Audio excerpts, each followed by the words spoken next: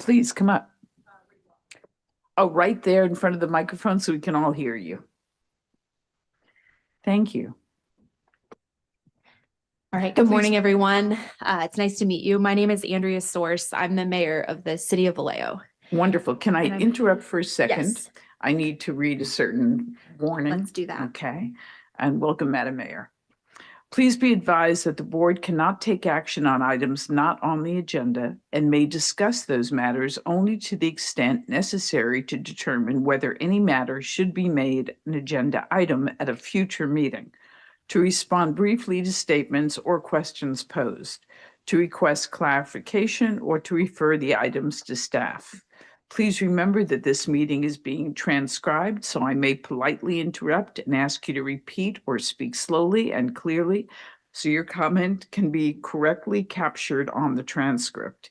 As the board chair, I may ask members of the public to limit their remarks to no more than 3 minutes pursuant to existing board policy. I may conclude the public comment period if multiple speakers are voicing repetitive or similar statements and the 15-minute public comment period has expired. You will be given 2 minutes to speak and the time limits will be enforced. So please ensure that you complete your thoughts within the allotted time. Before I open public comment on matters not on the agenda, please know if you wish to comment on disciplinary matters scheduled to be heard today by the board, you must wait until that matter is called to offer public comment. If you have a specific complaint about an officer that is not on today's agenda, you should file a complaint with Post or the officer's employing agency. Staff will assist you in that regard. I'd like to remind individuals making comments to not discuss pending complaints or pending disciplinary actions that may later come before the board for a recommendation if the board takes action on the complaint.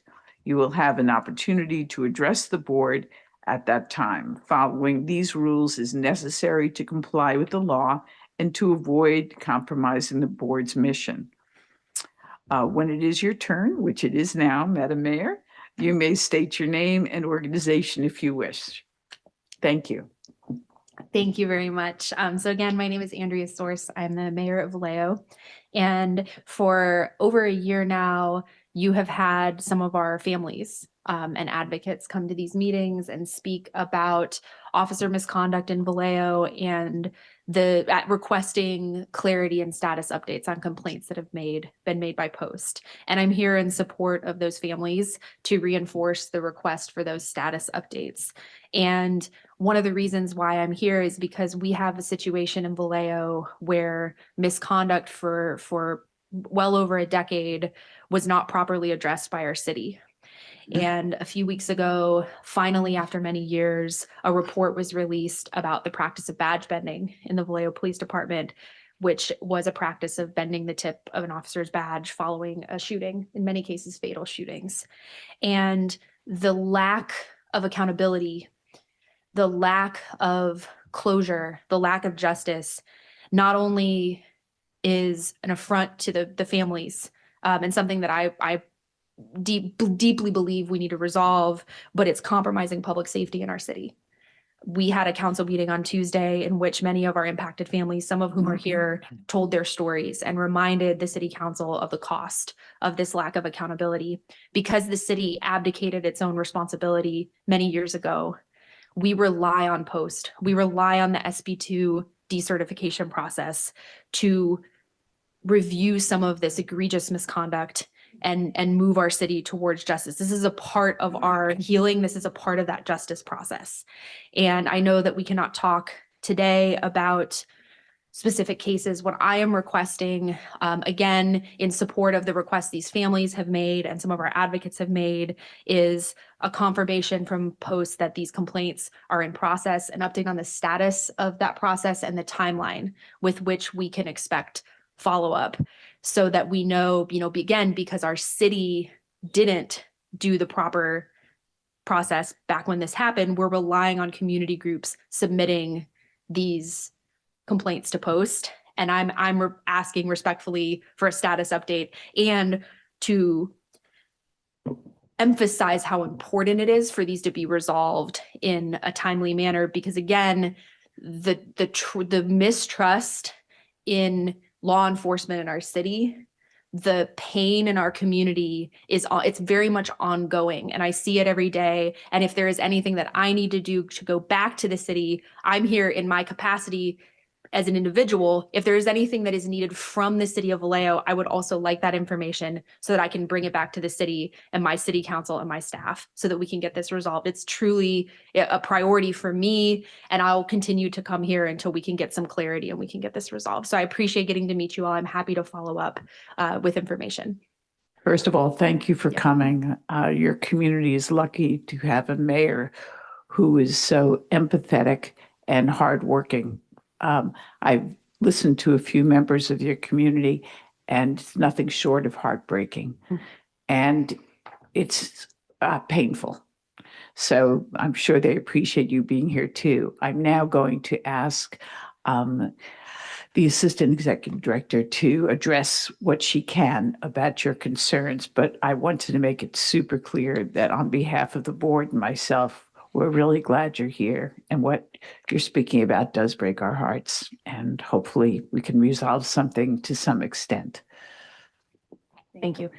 As you mentioned, I can't go into any individual cases here in a public forum. We are tracking all of the cases that were submitted originally by the ACLU, some submitted by individual families. And we have provided some updates. What we were essentially doing is waiting until we had resolution for some of those, I would say, more egregious cases in order to provide a more thorough update of where we are with our cases. We are also working with our other governmental partners that have a part in some of these cases. So we will make sure that we provide that update. Thank you. Would it be possible for me to get that update as well? Where does that update go to the requester?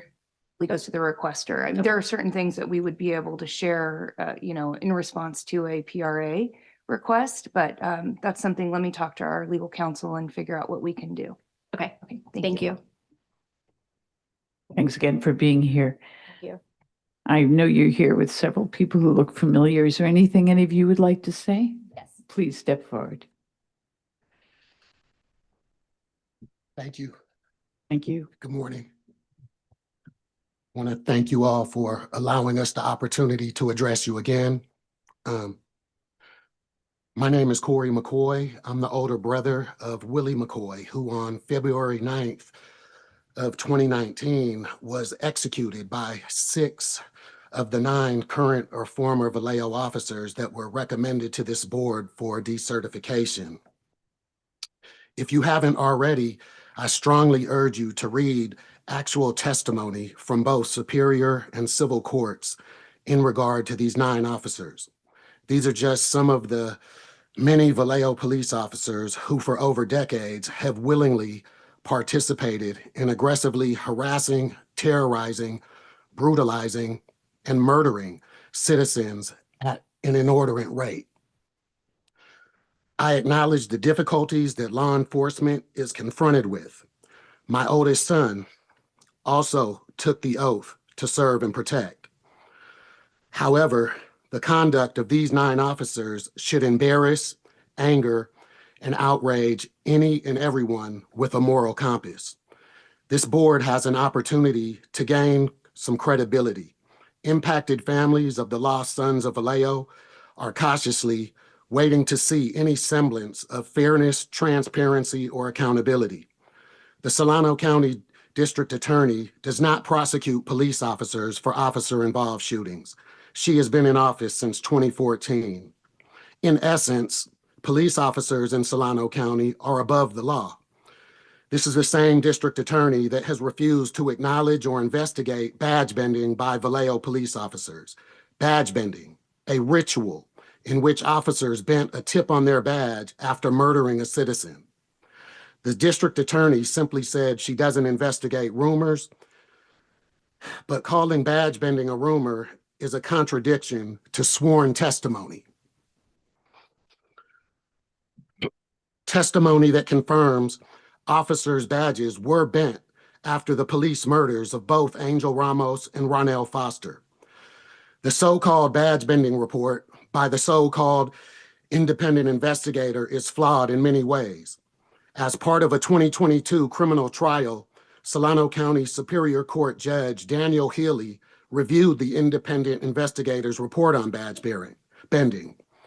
During a March 2022 hearing, Judge Healy had this to say, and I quote, "I don't find his investigation designed to serve the needs of the community. It feels to me like he was seeking to thread some needle to satisfy various entities in a way that minimized blowback, certainly not designed to bring light." This board has the power to begin to rid California communities of rogue and lawless police officers, to decertify police officers who violate people's constitutional rights and break their sworn oath. You have an opportunity to potentially start chipping away at the wall of distrust that stands between so many California communities and their police departments. Families never get justice after losing a loved one to police murder. I sincerely hope this board will use its power to be, at the very least, a police watchdog and accountability vessel that is so drastically needed in our communities. Thank you for your time. Thank you. Just stay for a moment, please. Yes, ma'am. I'm so sorry about the death of your brother. I can't imagine that's not on your mind at all times. Do you want to say something about that? Well, I failed to mention that two of the officers that took part in murdering my brother, shooting 55 rounds in 3 seconds, 38 of them which hit him, two of the same very officers, which are still employed by the city, a month and a half after my brother was murdered, pulled my daughter and a group of friends over, and my daughter was tased, beaten up, and charged with absolutely nothing. And so this runs very deep through our family and the community that has been impacted.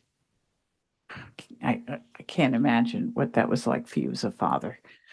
But actually, I can imagine it.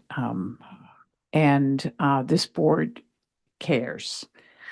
I can tell you that we will do everything we can to seek justice. And I really appreciate you coming up here. I know it was an effort. You had to miss whatever it is you had to miss today to show up, and we very much appreciate it. Let me just see if any other board member has any questions or anything else they want to say. Yes, please, Mr. Johnson. Johnson, I think for sake of clarity, the concerns about decertification, especially those that were prior to 2021, correct? So those officers that may have committed heinous acts prior to 2021, there's a different process they fall under. Those after 2022, could you explain that? Because I think City of Vallejo needs to know this, because to me, that is troubling, especially when we're talking about the history of Vallejo, not so much after 2022, but directly before 2022. But of course, after is important. But the bending of the badges that was spoke about, I know happened prior to 2022. I'm not sure if it's still going on, but we do know it happened prior to 2022. And those officers were involved in many homicides in the community. So the question is, how do we address that issue? Right, so there's what's called, thank you, Mr. Johnson, retroactive cases and then current cases, and the way the law was written, anything actually prior to January 1st, 2022. From a period of January 1st, 2020 through January 1st, 2023 is considered retroactive. There was only 3 types of serious misconduct that POSAD could proceed action with, and that was dishonesty, sexual assault, and use of force that resulted in serious bodily injury or death. So something like, other acts that violate the law that, other serious misconduct categories that we can move on now, we cannot do anything with for those retroactive cases. Obviously, officer involved shootings, that type of thing, depending on the outcome of the case, would be something that would fall into that retroactive period that POSAD could take action on if they found serious misconduct. But other things like abuse of power, etc., we would not be able to move those cases. And that was just the construction of the statute itself. Disappointing. Any other board members? Yes, Ms. Crawford. I'm Regina Hatcher Crawford. Listening to Vallejo, and aside from what else I do, I've been watching Vallejo City from another perspective and another role. And it is concerning that there's still officers on the force that committed these horrendous acts before SB 2. And I'm a firm believer of, pushing legislation. And I know this is not the place to discuss that, but, SB 2 arise from legislation. And because of that, now we have the tools we need to be able to remove those type of officers in Vallejo. It's the ones that it was prior. And so they're walking on a line. And so my firm belief is once a bad actor will be a bad actor again. And I hope not to a degree where it cost someone their lives. So just as Chairman Dudley said, the board is listening, very empathetic. I am honestly praying for Vallejo because I've never seen anything like this. And we do understand the rules that are in place, the way the law was written and when it was written. It's just, we have so few resources, basically no resources for any accountability. So we're going to continue to show up because we don't want to leave any stones unturned. Any opportunity that we have to just continue to bring this to light, we're going to take, and we appreciate anything that this panel can do. So thank you again for. I have one more thing to say. Yes, ma'am. Laws are made to be changed. Mhm. And what we're seeing right now in this current environment, laws are made to be changed. And you have your mayor sitting there. If I You can- also, I want to make sure I understand your complaints against your district attorney. I'm the former district attorney of Santa Barbara County. District attorneys don't act with immunity. If there is something you think that this district attorney is not doing, you do have an attorney general that you can let know about this. Yeah, we have You have. Yeah. Okay, I see people nodding right behind you. a couple, Um, attorney generals. Okay. And you have governors and senators. I assume you've done it all. The problem that we run into is that it seems as though the attorney generals and people in positions that should be looking into this, quite frankly, they have career aspirations. And so if you're an attorney general and you want to be governor, to take a stand and prosecute law enforcement officers is politically not advantageous to what people want to do who are in that line of work.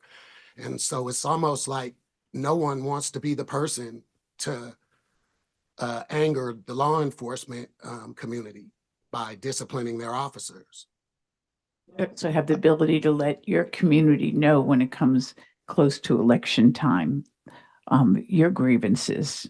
And that may or may not make a difference, but district attorneys are elected officials who can't be elected and the community doesn't want them there. So just another thought, which is not to say we won't do what we can do, but I just, hearing your frustration is hard not to want to fix it. Mr. Johnson. Yes, first, thank you for Vallejo for coming out, because Vallejo has been put on notice with the board and posts concerning the history.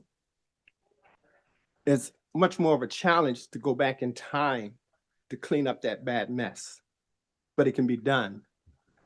But what you've done good today is the fact that going forward, those issues will be addressed. But I want to say this before you speak, Corey. The right to know legislation, SB 1421, did a certain amount.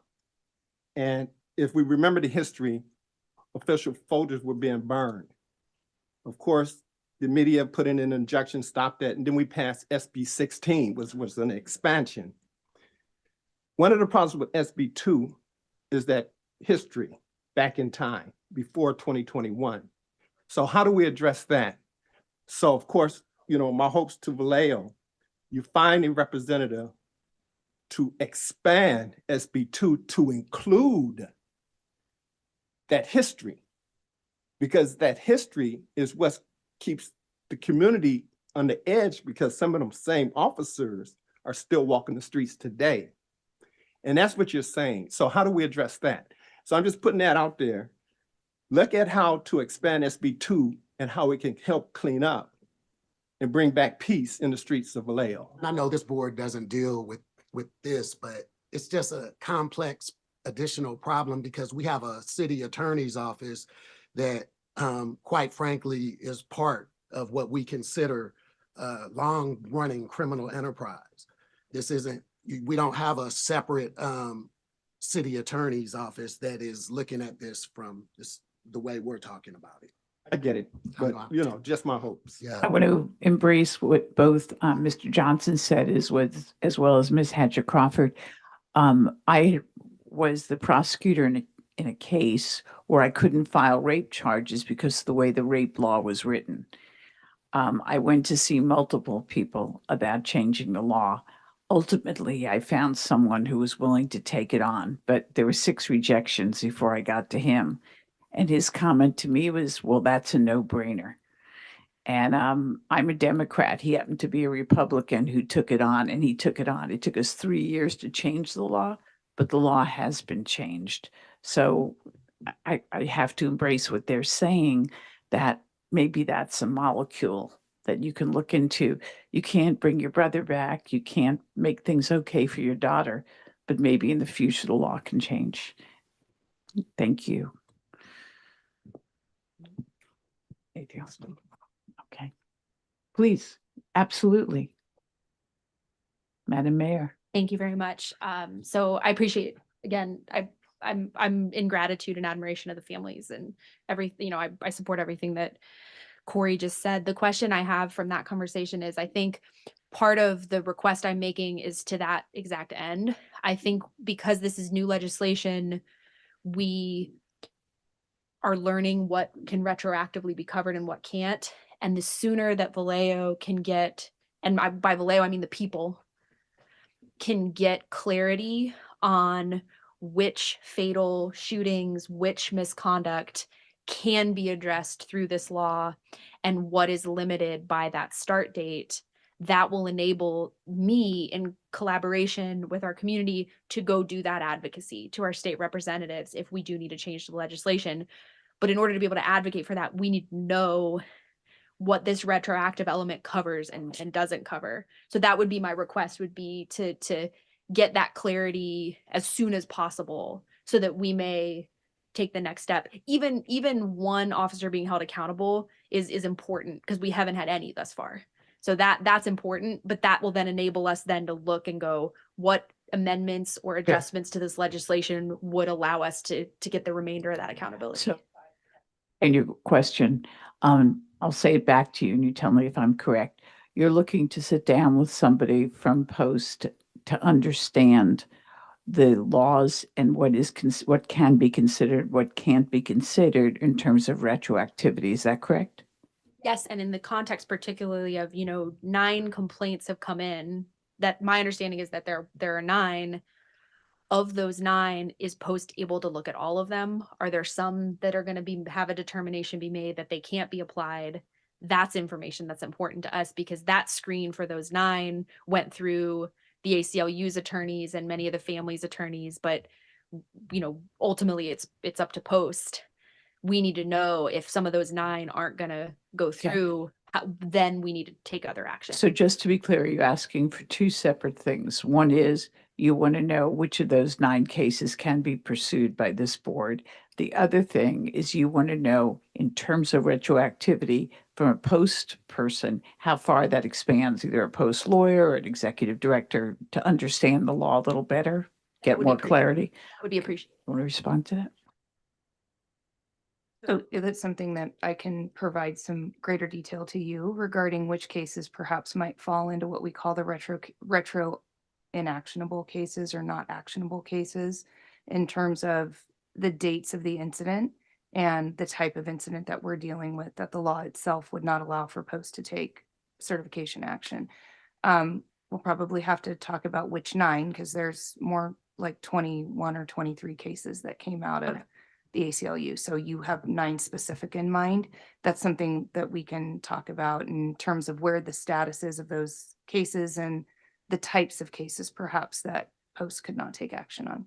Okay, yeah, and that would be incredibly helpful. And again, Sure. we're in a bit of a holding pattern in the sense that we want to let the process play out with these existing cases, get that information and figure out the next step, which is why I was requesting also just the expediency and emphasizing the expediency of that process. So So following just to up on that would close the be loop, perfect. can you two communicate Yes. about when that meeting will occur? I will come over and we Yeah, can I exchange think I can information. tell I you want to that. we have a couple more speakers that I want to make sure. All we right, hear so from. Thank you. Okay. If I could just say this. For new business, we have a report on data of serious misconduct reporting, investigation, and disciplinary action outcomes. That particular time of the meeting, we'll talk about what's retroactive that basically we can't touch, what's retroactive and how we can actually touch it. And going forward, the counts of how many actually are in the pipeline. I think that type of clarity will help you understand just how important it is that we look at how SB2 maybe can be expanded to include what the history has gotten away with. Thank you. Was there someone else who would like to speak this morning? Okay, 2 more. Thank you. Good morning.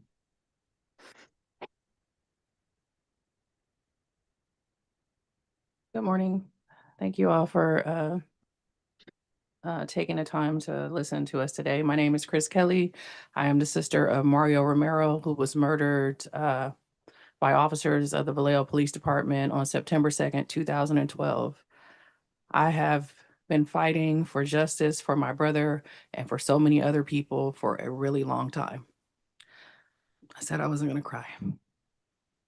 I have watched people build their careers and their lives, improve their financial situations, all on the backs of people who have been murdered by police. Police in California, police specifically in Vallejo, California. My brother was murdered by an officer who killed 3 people in a 5-month period. And I have yet to find any law enforcement expert who says this is okay or normal or even remotely anything that should be happening in law enforcement. I'm here on behalf of my brother, all the other victims who have been killed, the families, the community.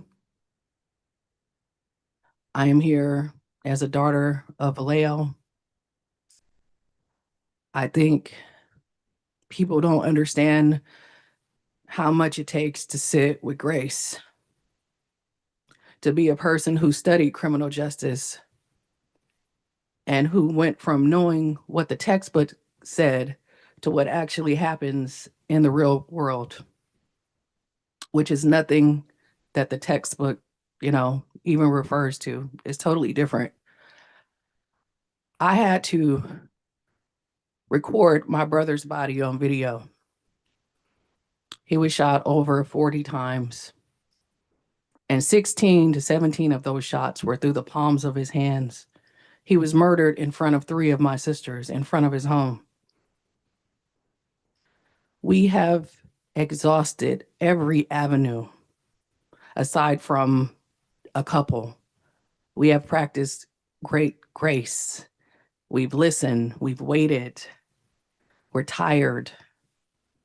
We're weary, but we're not going to quit. We're not going to go away in the night. If you take away every avenue of justice for a group of people, you are creating the next situation, which is, what does a population with no hope, what do they do? Where do they go? It has been extremely hard sitting here I'm here also on behalf of the Vallejo chapter of the ACLU, Solano County chapter, excuse me. That is the direct chapter that is for our residents. So I'm here again. I've been waiting for a really long time. We haven't heard anything. I think we've been more than patient. And to me, badge bending is no different than donning a robe and burning a cross in a yard or hanging somebody from a tree. Just because they're lynching people with bullets doesn't mean that it's any better. They just clean up the bodies before you get to see them. So if anybody here is okay with that, then that would mean we won't get answers. And even if there was one officer, one is not enough. We're talking about a gang, a law enforcement gang, everything that falls under RICO. And we have went to everyone multiple times. There is nowhere else to go. So I really hope and I pray for true public safety, which is that when you call the police and you expect to get help, you won't be killed. That they're trained enough to know that it's not normal just to kill people just because you can. And I'll leave with that. Thank you. Sorry. So sorry for the death of your brother, how that's affected your family. It's been, what, 14 years, and it's as if it happened yesterday for you and your loved ones. You understand a 2012 case. You understand all that. You've studied criminal justice. But I appreciate your words and your frustration and your grace. Let me see if there's anything you want to add. Any other board member? Yes, go ahead. In this room, we can discuss some things, as you know. I honestly went outside in my other role after I heard about you all. And I've been trying to push my organization to be more inclusive of it. I will go back again and ask that question from the state perspective. And so I'm trying to keep these separate, but I encourage you, as Chairman Dudley said, your DA election comes up. Many of you are sitting here, your mayor's sitting here. I encourage you to run for office. That's one way of getting legislation. When SB 2 and SB 16 came about, we didn't think that it would ever be passed. It passed. It took many years to do it. I come from a county now. My sheriff is saying, you do this, you will not be hired here. So the doors are closing in many spaces. And I think kind of, in essence, it doesn't stop just here. You can go outside of here. There's other people that are listening. And if you're, again, like I said, run for office, you have your mayor here. Your mayor has a connection to all the other mayors in the other cities. Don't leave your voices just here in Vallejo. Take it outside of here. Elections are coming up. Can I just say one thing? So I appreciate those words, but I think I need everybody to understand we have been across the nation. We have went everywhere. We have been across the nation, whether it's me or my sisters, you know, there were 8 of us, so we have a big family. But also too, running for office.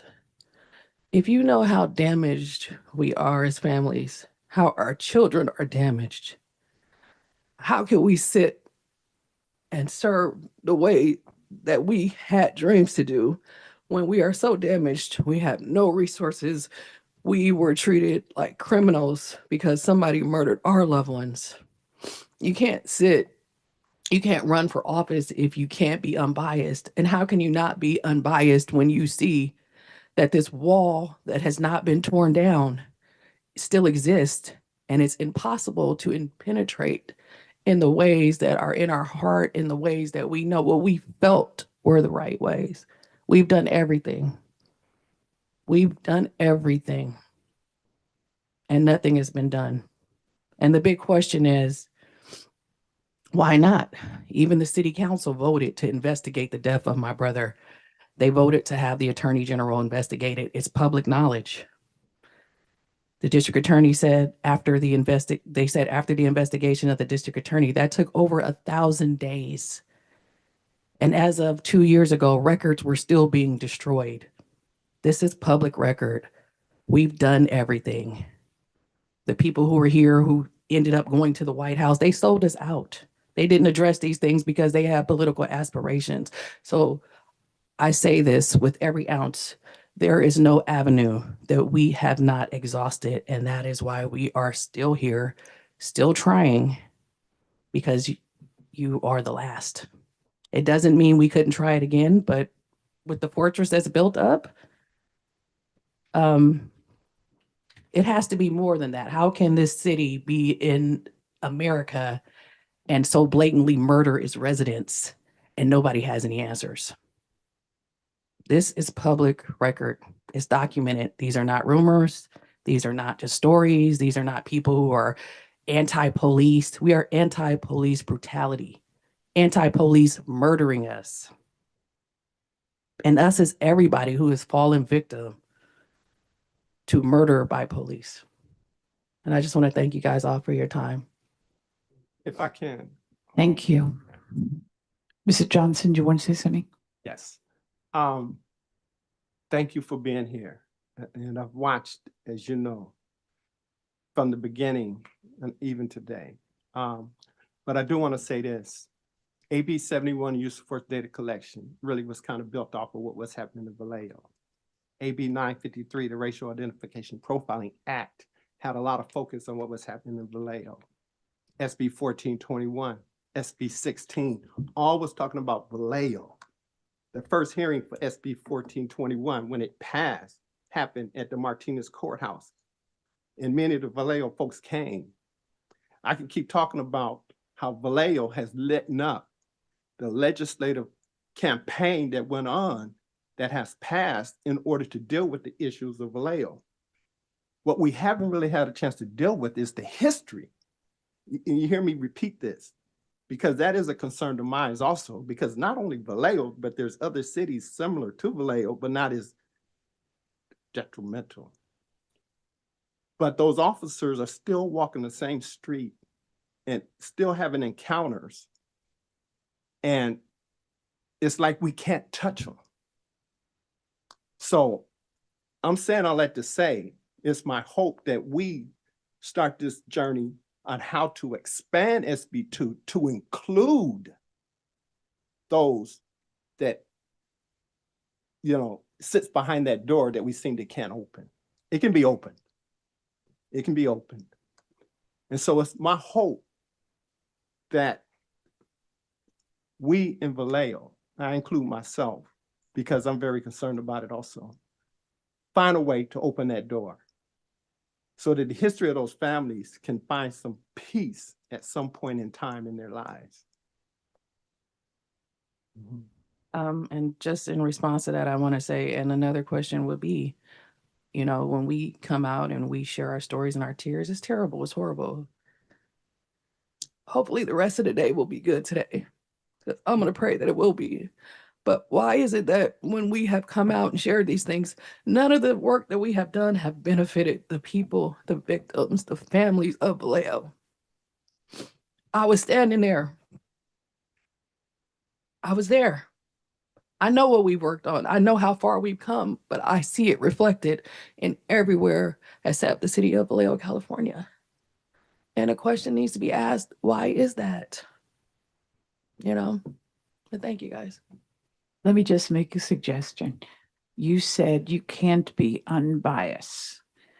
I would turn that around slightly and say, you have been educated, and use that education that you've received, what you've been referring to as being bias, and call it what it is, which is education. Does that make sense to you? The bias is based off of the damage and the mental impact Of course. that having someone killed by police Mhm. and then having to sit next to possibly the same people who Right. killed your loved one, Right. and they have not, nobody has, gotten justice. I do not feel, at least for myself, because I feel it every day. I feel them missing every day. My family feels them missing all the time. Yeah. I don't feel that it is appropriate for me to know that I am this damaged with no type of recourse and to put myself out there. These tears are real. This pain is real. And we're already carrying so much. We're carrying so much. And the people who are sitting in these seats, they are supposed to be sitting here to serve the people. The people, including the people who are harmed and damaged, so that maybe we can one day do that. But until there is some justice, I don't want to sit in a room with the officers who killed my brother and I know that they murdered him and this, it's already torture to have to sit here and to keep saying it over and over again because nothing is being done. So it is possible, but it's not possible without some type of action from a body that is able to do something and make some kind of change that says it's not okay to murder the residents of Vallejo. We haven't had that. I hear you, and you've further educated us. Thank you. Thank you very much. And there's another person who'd like to speak.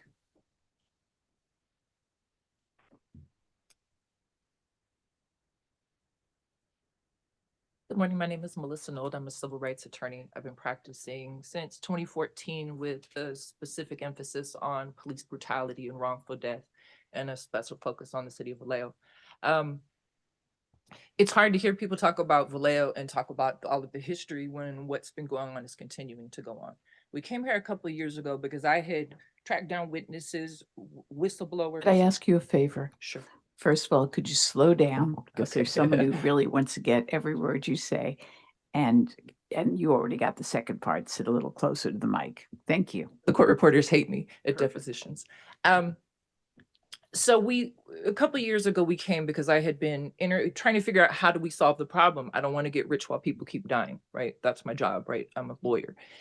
We want to stop these problems. And so this board came. We're like, okay, we can actually get people decertified. And how do we do that? We have to gather information. So I took it upon myself to find what I considered to be the lowest hanging fruit in Vallejo, somebody who had a history going back from the time he got here up until this date. I found the recruiters, whistleblowers, police captain, deputy chief, police chief, all who have testified under oath about people being hired that were not qualified, were not post-certifiable, had disqualifying factors, record and misconduct records being hidden from courts.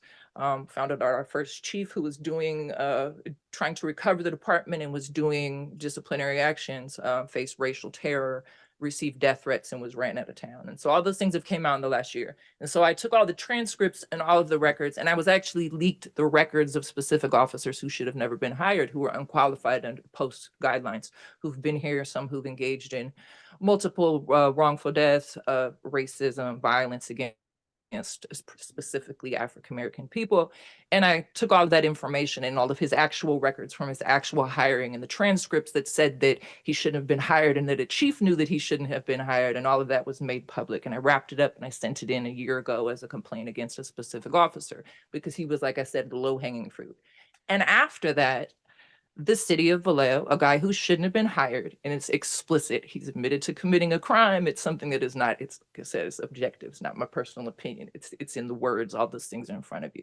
The city of Vallejo promoted him to a sergeant and put him in charge of recruitment. And I want to cry because this is Scooby-Doo villain stuff. We've done everything that we could. We've talked to everybody that we could. We've done everything except for become senators, right? And create the laws and stuff. I mean, we can't, I just want to say, we can't ask that of impacted families. It's not fair to ask the victims to have to, to be covered in blood and grieving and have to then take up the oar for the entire community. It's up to other people as allies, as people who have privilege and have voices to do that for the families. It is not their job.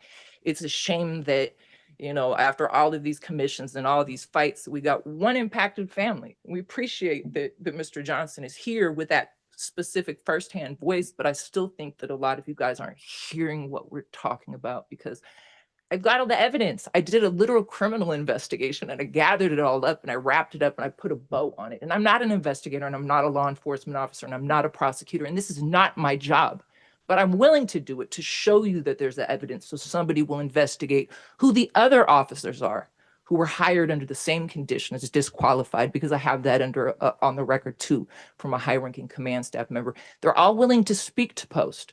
A former chief, a deputy chief, a police captain, 2 recruiters. And I've offered all of this information and all these witnesses, and I hope you guys will do something about it because like other people have alluded to in a nicer way, when you take all the resources and all the opportunities and we have turned over every stone, one of these days something's going to happen in Vallejo because it's not that there haven't been shootings. There's been multiple shootings. They just haven't had the skill to kill the people they were targeting. 8, 10 shots and the people are still alive. That's why there's not rioting going on. But one of these days they're going to do something to somebody who's going to know there are no recourses because they can ask all these other families. And my fear is that some family, you're going to have somebody lying in wait and they're going to take this into their own hands because the people who have the authority and power to do it won't. And please, please, please, please take this seriously. People have died. There has been terror that's been going on in this community. These families shouldn't have to keep coming here and bearing their souls every time to try to get people to listen. And I know that there's a limitation in going back, but we got a lot of low-hanging fruit that's still there from the command staff down to the patrol staff. So please, if anybody needs any additional information, I've got transcripts, I've got witnesses, I have vetted all of these people, I have spoken to them, I've deposed them. They're available and they want to help. They want to improve they want to bring dignity back to policing in Vallejo. They want to bring safety back. And so we've done everything. When we say we've done everything that we can, I have done everything. We have done everything we can. And at great personal gain, we've been stalked, we've been threatened. I've been threatened by command staff members of Vallejo Police Department, multiple in the open. We've had to do all these things. We've had to fight for ourselves. But as you see, there's not very many of us. And we just ask you guys to help be those extra voices that haven't been impacted. It shouldn't have to be the people who have lost everything that have to come in here begging people to do their jobs. So thank you. I appreciate your time and for allowing me to go over quite a bit. Thank you for your passion and your advocacy. I'm going to have to quote my best friend. She was the district attorney of Los Angeles, and she's Black. And what I once heard her say was, we're a slave to the law. And for people who go to law school, seek to be an advocate, seek to make that difference, we are constrained by the law. We can't talk about your particular case, but we hear you. And that's all I can say for now, okay? That's understandable. I just want to make sure that you hear us. And we're going to keep Absolutely. coming back until we get, because we know that especially in Vallejo, Yeah. our chief tried to fire a really, really bad officer and in City Hall obstructed him. I mean, it was a bona fide bad shooting. And so every time we've gotten a little bone, a little something, a new chief, something, and they run them off. And, and right now we're the only people that haven't been ran off and we're not going anywhere. So thank you for listening. And please, if there's low hanging fruit, it's Vallejo. You'll always be welcome to come back. Thank you. We appreciate that. We're not always welcome in all the rooms. We come anyway. So I appreciate the welcome. Thank you. Anybody else? Okay, thank you so much. Yes. Madam Chair, may I request 5 minutes? Oh, please? yes, absolutely. I was just about to do that. But before we do the 5 minutes, is there anybody else who's going to want to speak, just in terms of us moving the agenda? Okay, I'm going to make it more than 5 minutes. So we'll go to 11:10. Thank you.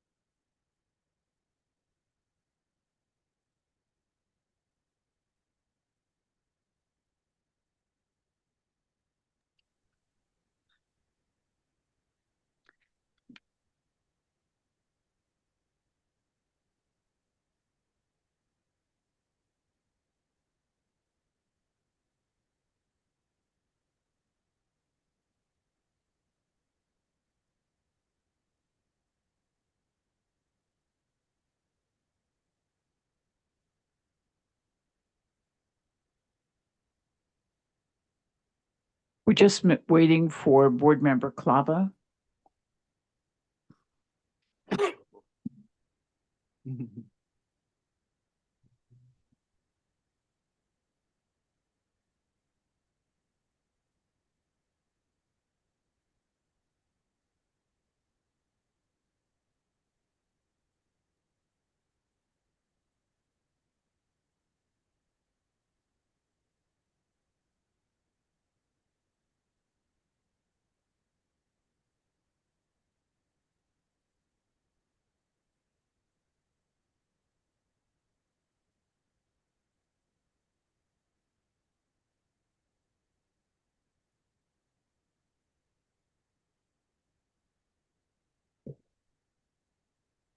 Okay, thank you.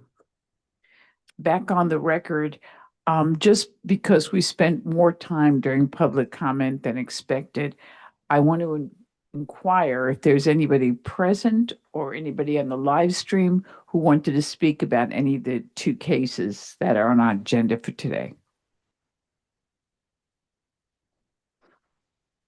Okay, seeing no one, hearing from no one, how would you like to proceed? We can proceed with the agenda. Yeah. Okay. Thank you. Before we do that, we're going to talk about the meeting.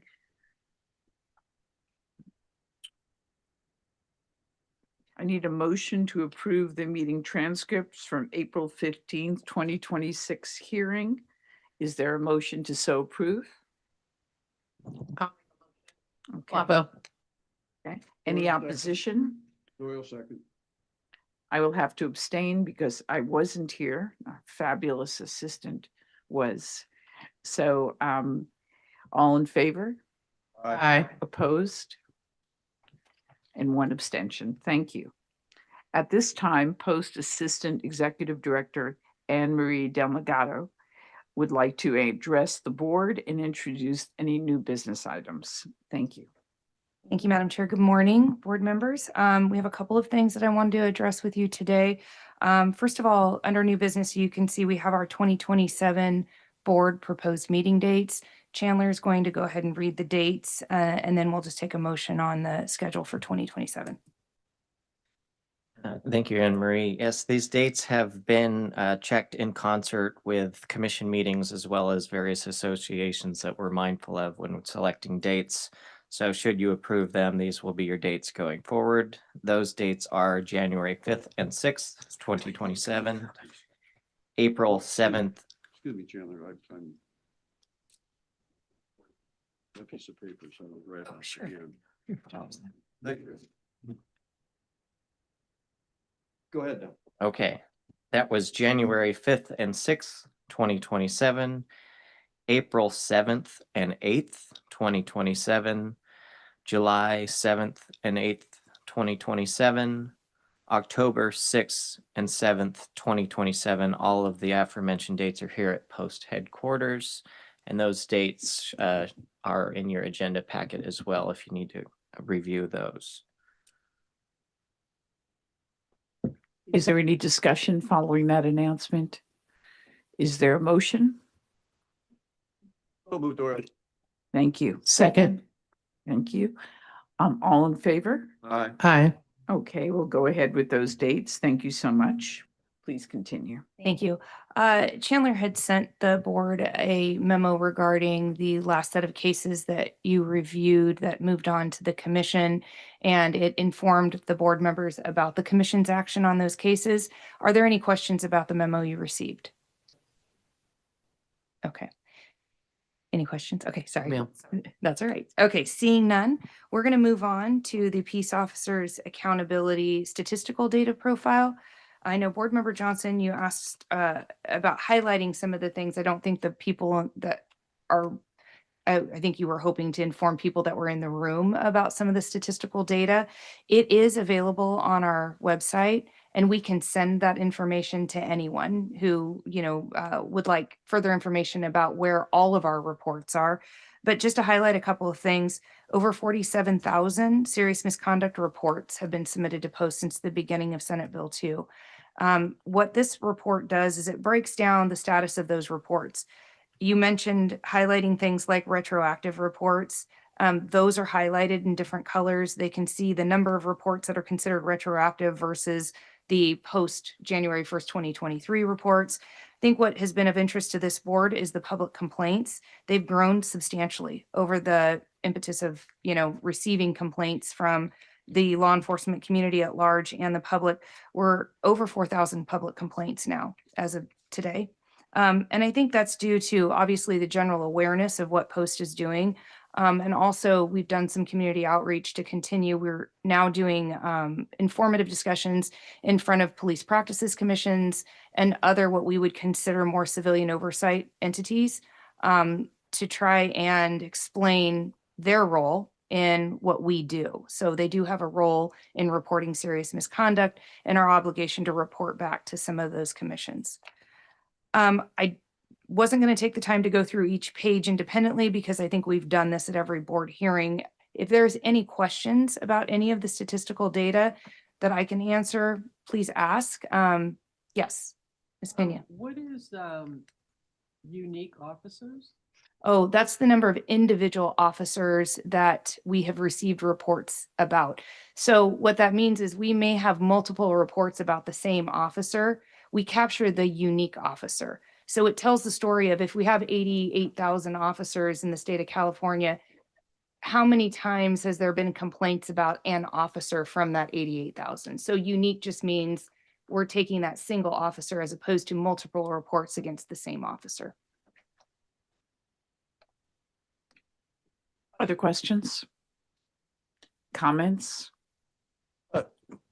Madam Chair, Yes. I think it would be helpful before public comment that the speakers know the roles that we have. I certainly would take advantage if I were in their situation to get on the public record, but sometimes people are looking at us like we're involved in the process, and the process we're involved in is that after a recommendation is made for decertification, it comes before us. We have no control over the number of complaints that are made. And I think it would be helpful if the public knew that. Just if I understand you, Board Member Doyle, just kind of a general overview procedurally of how it works before it gets to this body, that there's an investigation, there's a reporting mechanism, and then an investigation by the Division of Post.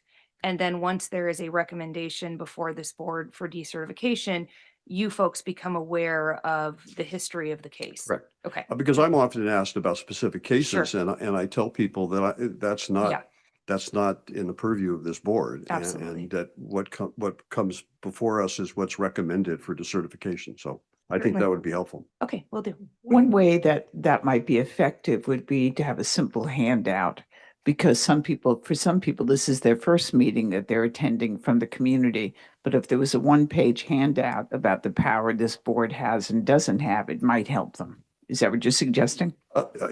Any way it could be delivered, I think it would be helpful. Okay, thank you. Is there anyone present or appearing remotely or by phone who would like to address the board regarding the data for serious misconduct reporting, investigations, and disciplinary action? Anybody here? Anybody remotely? Okay, thank you. Moving on, seeing none, hearing none, moving on to the new Did have- cases. I did have a question before we. Yes, go to Mr. Johnson. The new cases concerning the, I guess, the public complaints that have been filed. I guess I'm curious to know, in the fact that we know it's been a tremendous increase. So how is that sorted into the overall process? I mean, I know we have complaints that comes from the agency. We have complaints that comes from maybe a citizen review board. Now we have a bunch of complaints coming from the community. How is that all worked into the whole process, and where do they fall at in the process of being investigated?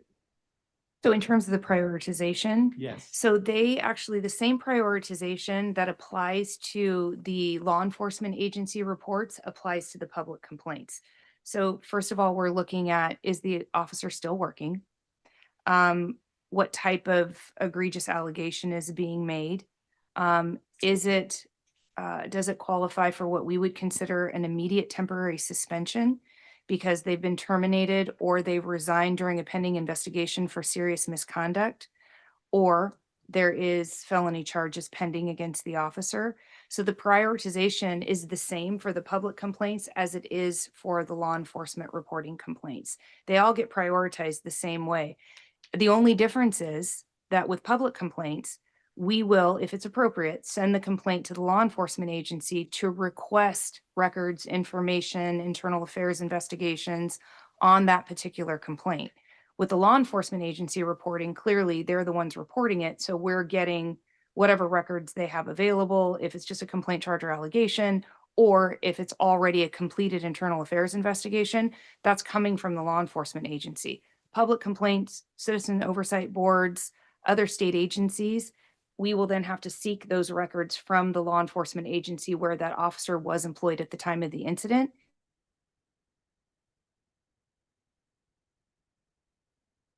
And work with the law enforcement different. And the second part of that question is, of all those community complaints that come in, we know some of them is going to be back in time. Correct. Before 2021. Yes. So what happens when the community makes those type of complaints, and how is it handled at that level? Well, we engage directly with the public complainants. If we have contact information and they're not complaining anonymously, we can explain those things to them. So it's not uncommon for us to have a phone conversation because they don't know the process as well. They're not ingrained in this. It's helpful for us to explain what happens once they file a complaint. So we do get instances where we don't know who the person is that's filing the complaint. They prefer to remain anonymous, or there's no way to contact them. We try to reach them by email if they send us an email. But if we can, we try to engage in an actual conversation about the process. If it is one of those retroactive complaints where, or let me give you another example because this commonly happens. It's non-jurisdictional, which means it's not one of the 9 acts of serious misconduct. It's something else. So we'll engage with the public complainant and explain why Post doesn't have a role in this particular complaint, but where they might be able to go to get resolution. Yeah. Yes, Regina. So one of the things I thought was interesting in part of the process is in the process of complaints from the community and law enforcement agencies themselves filing the complaints. So I guess if the agency doesn't file a complaint, and let's say the complaint is not filed by the community, I think people still think that if he's a bad actor, bad officer, Post is going to know about it. Yeah. And that's what I learned in some of the conversations in having those informational meetings. And that's what's really important. It's been effective in Ventura County because Post has visited there 2 times already. Thank you, by the way.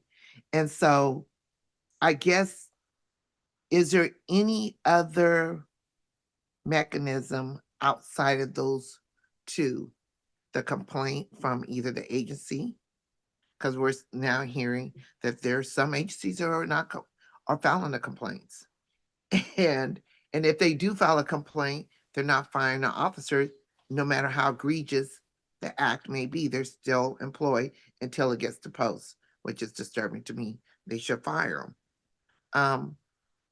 How do we add another mechanism? And I guess is Post monitoring different elements of things this outside of those 2 ways? We do. We monitor something called critical mention, which is where we see media reports about whether it's fraud, abuse, peace officer misconduct, kind of globally. We do monitor those reports.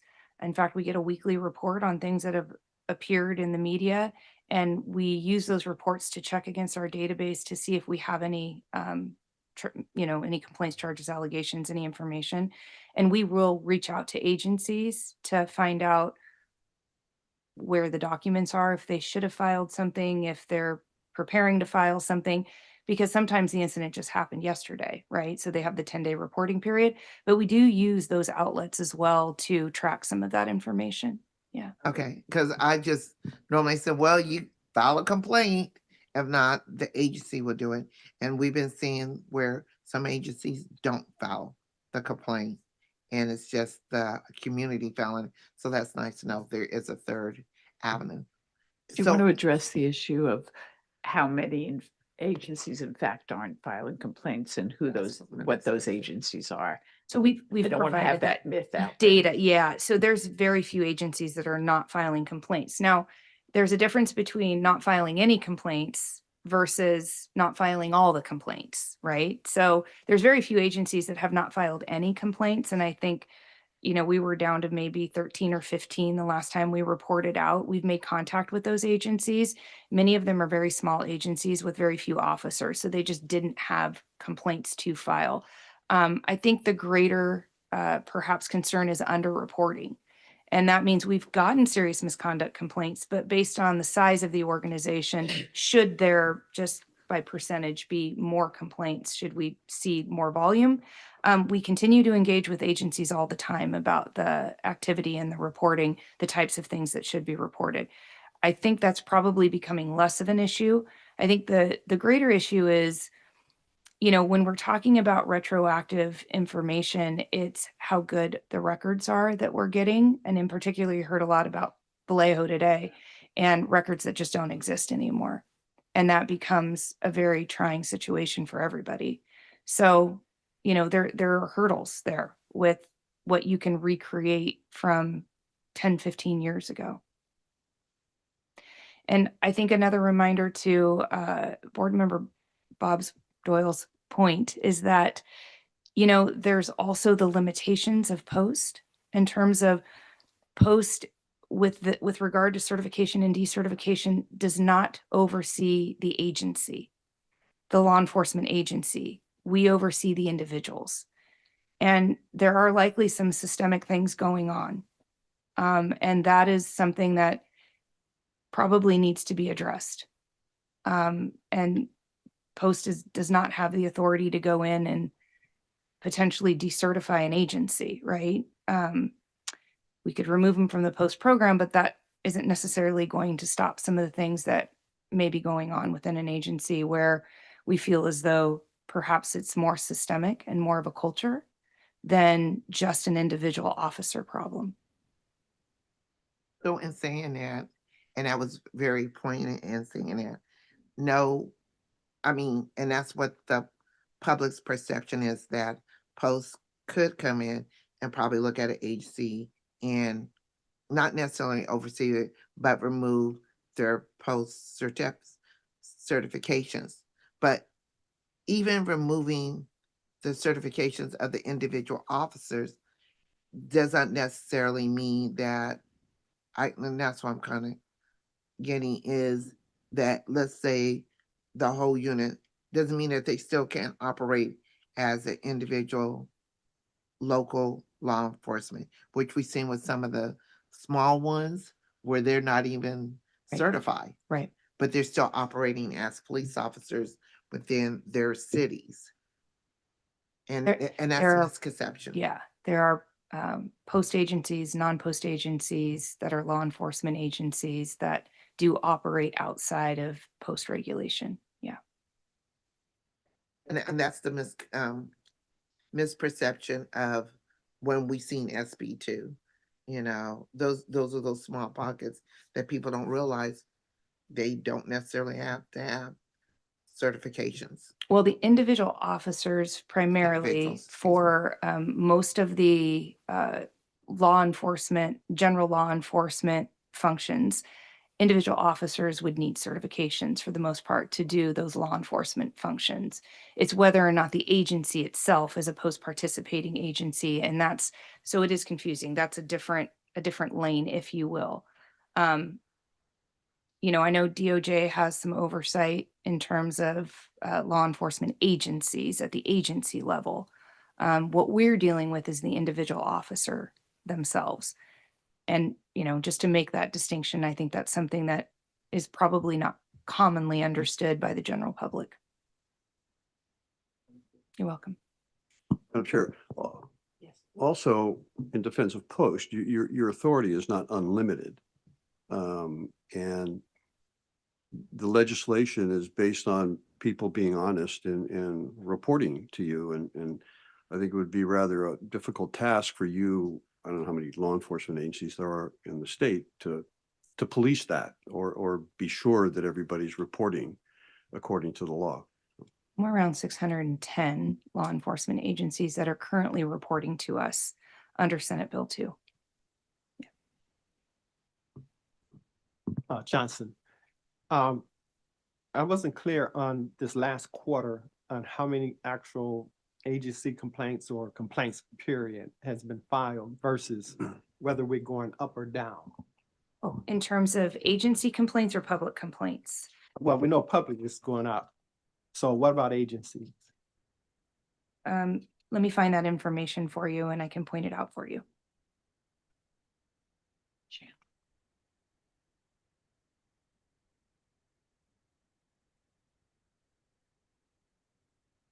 Board Member Johnson, if you will, so I don't take up too much time, I can get that information and make sure that I make a public announcement about what we've had in the last quarter. Okay. Okay, thanks. Okay, anything else on the board? Otherwise, we're going to move on to cases. Thank you all for your comments. We now move to the next items on the agenda. We have 2 cases to hear today. We will only be reviewing the facts and evidence as presented by this division. This is not an evidentiary hearing. The rules of evidence do not apply here. Evidence is not formally admitted into the record. There is no need to make any objections, and objections will not be ruled upon. Under the Penal Code and applicable state regulations, this initial hearing will result in a recommendation to the Commission with respect to these matters. Subject to the Commission's determination, the matter may then be set for a full evidentiary hearing before an administrative law judge to determine whether the allegations are true and justify discipline. For those commenting on each item at this early stage, the board must only consider the facts that the division, after investigation, believes can be proved at a later evidentiary hearing. For that reason, today, the board will entertain arguments as to whether or not those facts, as presented by the division, demonstrate clear and convincing evidence, in other words, a high probability that serious misconduct as defined in Penal Code Section 13510.8 and Commission Regulation 1205 occurred. Actions by the board or the commission prior to determination that an officer did in fact engage in misconduct or that revocation or suspension is ordered, that will be determined after the evidentiary hearing. At the conclusion of each law enforcement consultant's presentation, the board will have the opportunity to ask questions, then comment from the subject officer and/or their counsel will be taken, followed by members of the public. Further discussion by the board will be allowed if necessary. The board may go into closed session deliberations after each case or wait until all cases have been presented and adjourn into closed session to deliberate on all cases presented after reconvening into regular session. Votes will be taken on each case. So, on to the first case. Post 250-7244, Eduardo Escanero Davila, post number C99P62, last employing agency, Mendocino County Sheriff's Department. At this time, I will now call upon law enforcement consultant Gerald Fernandez, Professional Conduct Northern Division, and Brian Hoffman, Attorney for Legal Affairs Bureau, to provide a report on post 250-7244, Eduardo Escanero Davila, who at the time of the events at issue,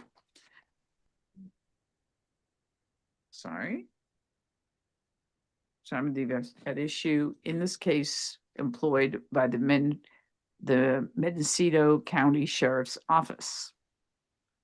Gentlemen. Good morning, Madam Chair and members of the board.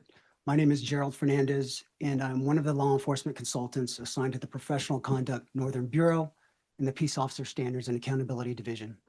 With me today is Brian Hoffman, an attorney with our Legal Affairs Bureau. I'm here today to present case number post 2507244, involving Eduardo Guadalupe Escareno Davila. Hereafter, yes, ma'am. Hereafter referred to as respondent, who was employed by the Mendocino County Sheriff's Office at the time of the incident in question. It is the division's determination that clear and convincing evidence exists to demonstrate that respondent committed an act of serious misconduct as set forth in Penal Code Section 13510.8 on November 13th, 2024. Specifically, the division has determined that respondent committed the following act of serious misconduct: acts that violate the law. During this presentation, I will explain the division's findings of investigation in this matter. Next slide, please. Respondent began his career with the Mendocino County Sheriff's Office on June 11th, 2023 as a trainee. On December 10th, 2023, respondent was promoted to the position of deputy. Respondent did not earn a post certificate. However, he was issued a proof of eligibility by post at the time of his promotion to the position of deputy. Respondent's proof of eligibility expired upon his dismissal from the Mendocino County Sheriff's Office on November 21st, 2024, while he was still on probation. Respondent's service record did not include any prior complaints, disciplinary actions, or commendations. Next slide, please. On November 13th, 2024, at approximately 3:17 a.m., victim telephonically contacted the Mendocino County Sheriff's Office dispatcher to request a law enforcement response to her house. When asked what was going on, victim explained that she had woken up to her roommate trying to touch her in bed. Victim identified her roommate as Lalo Escareno, also known as Eduardo Escareno, i.e. respondent. The dispatcher sought clarification that her roommate tried to touch her inappropriately while she was in bed, and the victim affirmatively replied, "Mm-hmm."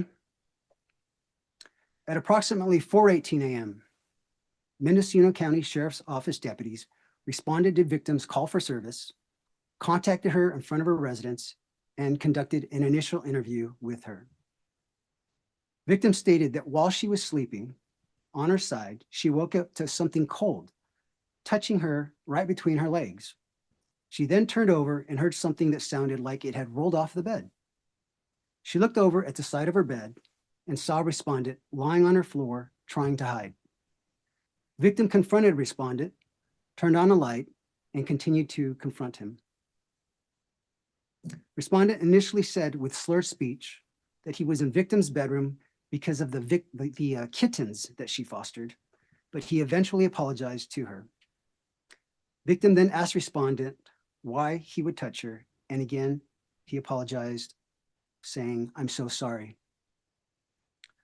While victim was sleeping, she was wearing sleep shorts with no underwear. So respondent had direct contact with her skin when she felt him reach into her shorts from the bottom. When asked if respondent touched her genitalia, victim replied affirmatively and described the location as her vaginal area. When asked if there was any penetration, victim explained that it felt like he was about to penetrate with his fingers, but there was no actual penetration. When she went to bed, victim left her door cracked open so that her cats could go in and out of her room freely. After the incident, respondent told victim the reason he had gone into her room and touched her was because her door was open. Victim and respondent had never been in any type of romantic or sexual relationship with each other, nor had they ever kissed or done anything suggestive of such interactions. At approximately 5:47 a.m., victim was voluntarily transported to the Mendocino County Sheriff's Office, Ukiah Station, where she was re-interviewed by an investigating detective. Victim provided an account of the incident that was consistent with the statement she provided to the deputies who initially responded to her residence. However, she added that when she initially saw respondent on the floor next to her bed, his joggers were pulled up, so she assumed he had touched her with his fingers. But since it took a moment between when she first felt the touch and when she saw respondent, she didn't know if the joggers had been partially pulled down during the contact. Since victim was asleep prior to feeling the touch, She also didn't know how long he had been in her bed with her. She didn't feel him get into the bed, so she was unsure if he had touched her with his fingers or his penis. Later the same day, an emergency protective order was granted, protecting victim from respondent, followed by a temporary restraining order, which additionally protected the third roommate from respondent. At approximately 10:25 a.m., the investigating detective and other deputies returned to the victims and respondent's residence to interview respondent, serve him with an emergency protective order, and to execute a search warrant that included the seizure of photos, DNA buccal swabs from the respondent, and digital media devices belonging to respondent. During his criminal investigative interview, respondent confirmed that he and victim were not in any type of relationship or dating, nor were there any indications in that regard. In describing the incident, respondent said that he was intoxicated and didn't know why he walked out of his bedroom. But when he did, he saw victim's door open, at which point he stood by her door, took a couple steps into her room, walked back out of her bedroom, and thought to himself, quote, "What are you doing?" Next, he re-entered victim's bedroom, this time crawling in and lying down against her bed. Respondent then reached up with his right hand, slid his hand under her blankets, and touched her feet. He then started moving his hand upward toward her calf. Respondent stated that he didn't know where else he touched her before she woke up and confronted him. When specifically asked if he had touched victim under her shorts with his hand, respondent replied no. When asked if it was possible, he repeatedly replied no. When asked if he had touched victim's vagina, respondent replied no. The rest of respondent's account of the incident was essentially consistent with the victim's version of the event, except that respondent said he did not get into victim's bed at any point during the incident. Later, during respondent's investigative interview, he retold the sequence of events during the incident and said that after he started moving his hand up, he, quote, touched something else, after which victim woke up and confronted him. When asked what the something else was that he touched, respondent replied, quote, just skin. When the interviewing detective then posed the possibility that the something else could have been victim's vagina, respondent interrupted him and said, it was just skin. Respondent then elaborated and said, quote, because honestly, we're adults here. I know what a vagina feels like, and it was definitely not her vagina, end quote. Toward the end of the interview, respondent was asked if he could show the deputies exactly what he did throughout the incident. As he walked through his footsteps, crawling, reaching, and attempting to hide, respondent narrated his movements each step of the way. His demonstration was recorded on body-worn cameras, and a video clip of his demonstration will now be shown to you. Next slide, please. I got standing here, or I walked out of my room. I don't really remember what I walked out for. Then I ended up here. I was looking over there, like here. In my, I think this is how drunk I was. In my mind, I thought somebody was like signaling me to come in. I like started to walk in. Like, know what you're doing. Then I'm not gonna do it now, but Okay. I crawled down. You crawled over to this side here? Yes. Okay. There. I came here, Okay. and then I was like already here. That's when I went like that. How far can you reach? Pretend that pillow right there is her. Was she facing you? At first, I was like here, Uh-huh. felt the blanket, reached down. That's when I felt the heel? I know this. Yeah. And then so I was right here, Uh-huh. went up, felt more skin, then she moved, and like I felt her move. Yeah. That's when I pulled my arm out. She woke up, and that's when I was like trying to hide. She see me, and then she called 911. And then after she did that, she called 911. I just sat Sat here right there. for the longest time. Like I done messed up type of thing. Yeah. So I know, whoa. Obviously, the audio was difficult to hear. I don't know if we can get that fixed or not, but unless anyone wants to see that video clip again, possibly with the audio, we'll keep moving forward. Next slide, please. On December 9th, 2024, the Mendocino County District Attorney's Office filed respondent's criminal case with the Mendocino County Superior Court, and he was charged with 1 count of sexual battery, Penal Code Section 243.4E1, a misdemeanor. However, on February 20th, 2026, the Mendocino County District Attorney's Office amended the complaint to add a charge of Penal Code Sections 242 and 243 subsection A, battery. Respondent then pled guilty to battery, Penal Code Sections 242 and 243 subsection A, a misdemeanor, with proceedings suspended based on a deferred entry of judgment, and the court dismissed the sexual battery charge. The deferred entry of judgment included the following conditions. Number 1, obey all laws and orders of the court, including previously issued restraining orders. 2, totally abstain from the use of alcohol. 3, submit to alcohol testing at the request of any peace officer or probation officer at any time of the day or night, with or without notice, consent, probable cause, or warrant. 4, submit to search and seizure of respondent's person, property, or any property under respondent's control when requested by any peace officer, probation officer at any time of the day or night, with or without notice, consent, probable cause, or warrant for alcohol and firearms. 5, stay away from / have no contact with victim. Number 6, do not possess any firearms or ammunition. 7, participate in and pay all fees for the following programs of counseling and or education: AA/NA meetings weekly for 52 weeks, and individual therapy monthly for 12 months.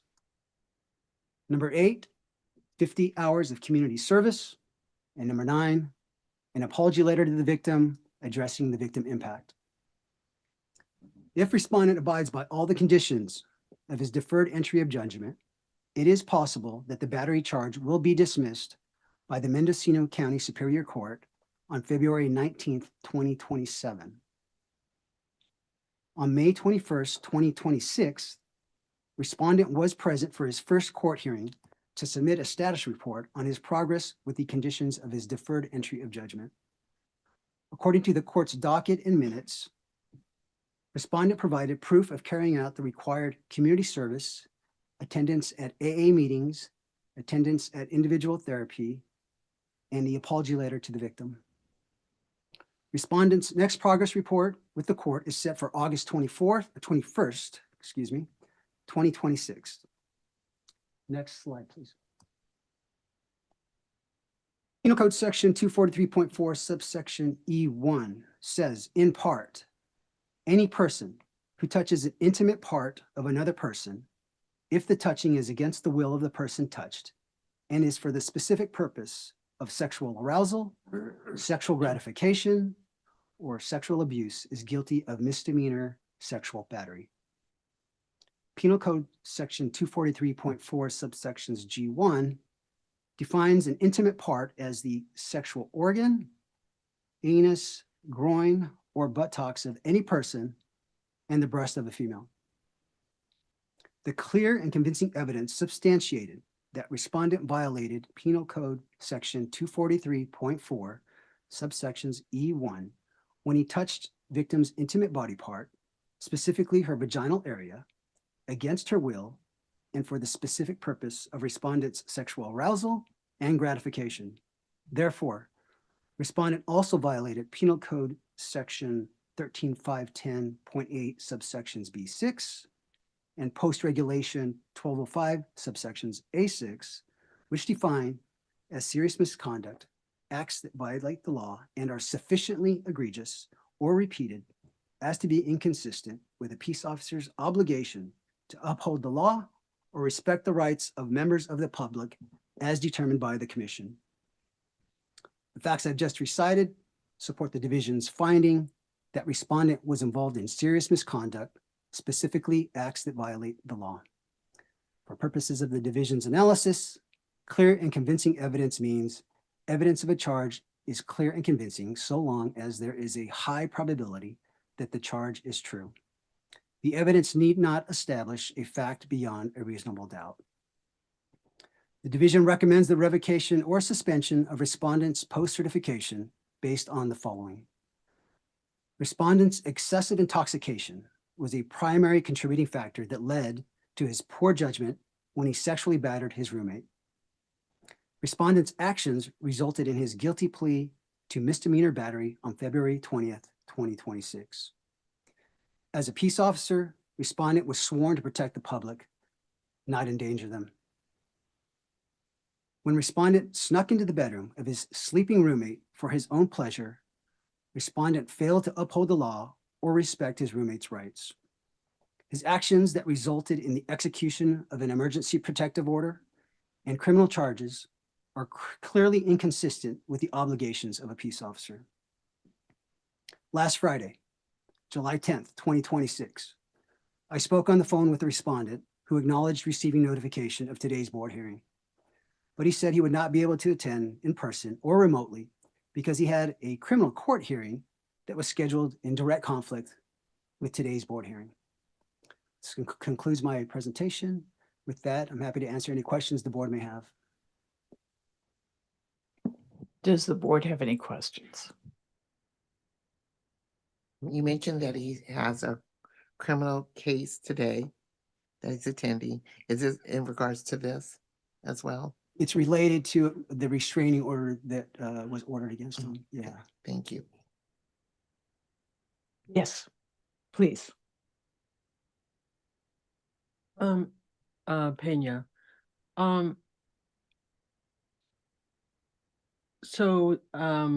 According to the transcript, so soon after this occurred, the victim said, something to the effect of, I have to call this in. Do you know why she said that? Like why that occurred?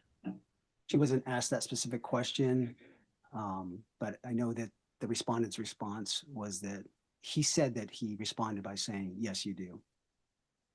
I just find that curious that was like the first thing that.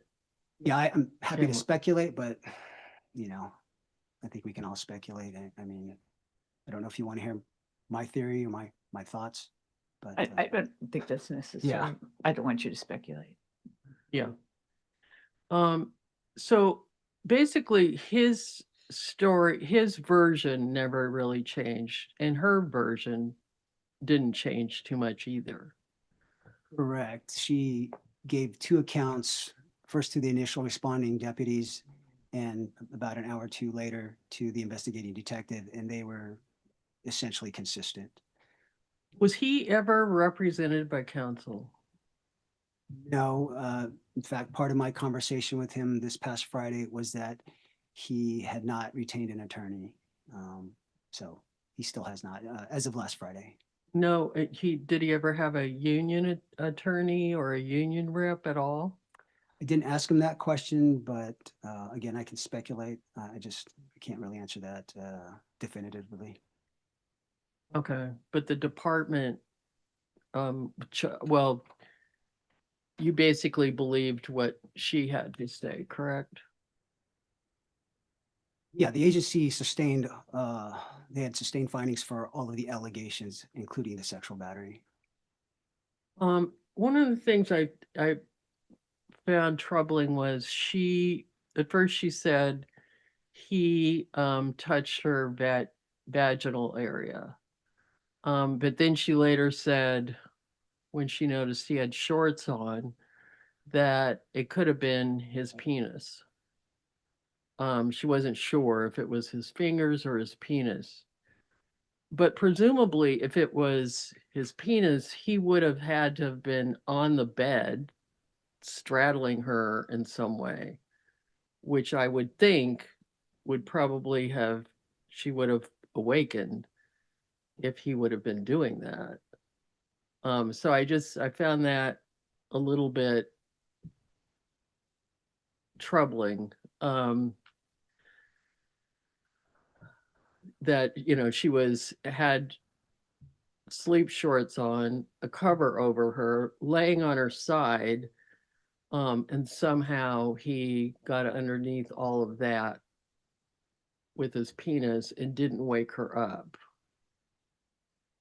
I just a thought. It's just what I thought about. Was he intoxicated at the time? Yeah, she detected that he was intoxicated. He admitted that he was intoxicated. He said that he drank way too much. So all the evidence suggests that, yes, he was pretty intoxicated.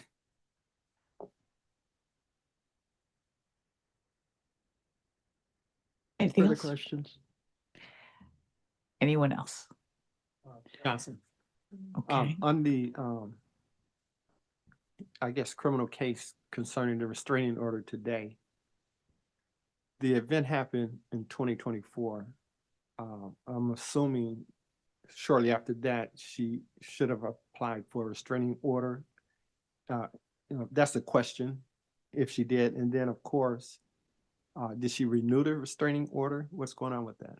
Yeah, so that same morning, she obtained an emergency protective order, which not only protected her from respondent, but also ordered him to move out of the residence.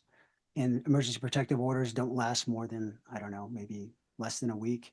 So she also obtained a temporary restraining order, the expiration of which at that time was set for the next court hearing, but I believe it's been extended since then, but I don't know for sure. I haven't had a chance to check the record specifically on the temporary restraining order, although it sounded like from my conversation with the respondent last Friday that that was still in effect.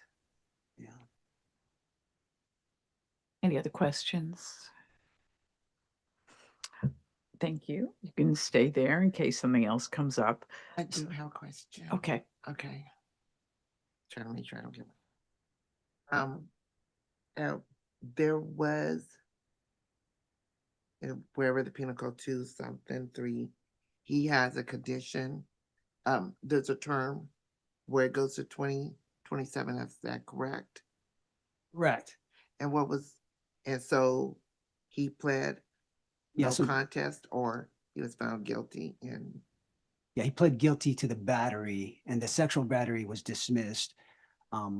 And so there's a deferred entry of judgment, assuming that he meets the conditions for this next year. It's essentially a year that has to satisfy these conditions. Then it's possible that that battery charge that he pled to will be dismissed. Anything else? Okay, so as our investigator told us, he did not respond to the notice of the board email, except for the contact he had telephonic. And is there anyone from the public who would like to address this board at this time? Seeing none, hearing none. At this time, does the board wish to adjourn to closed session for deliberations on this case, or is the board ready to discuss it openly or have a vote? How does the board want to proceed? Doyle, I'm prepared to make a motion unless my colleagues have a different path they'd like to take. Closed session.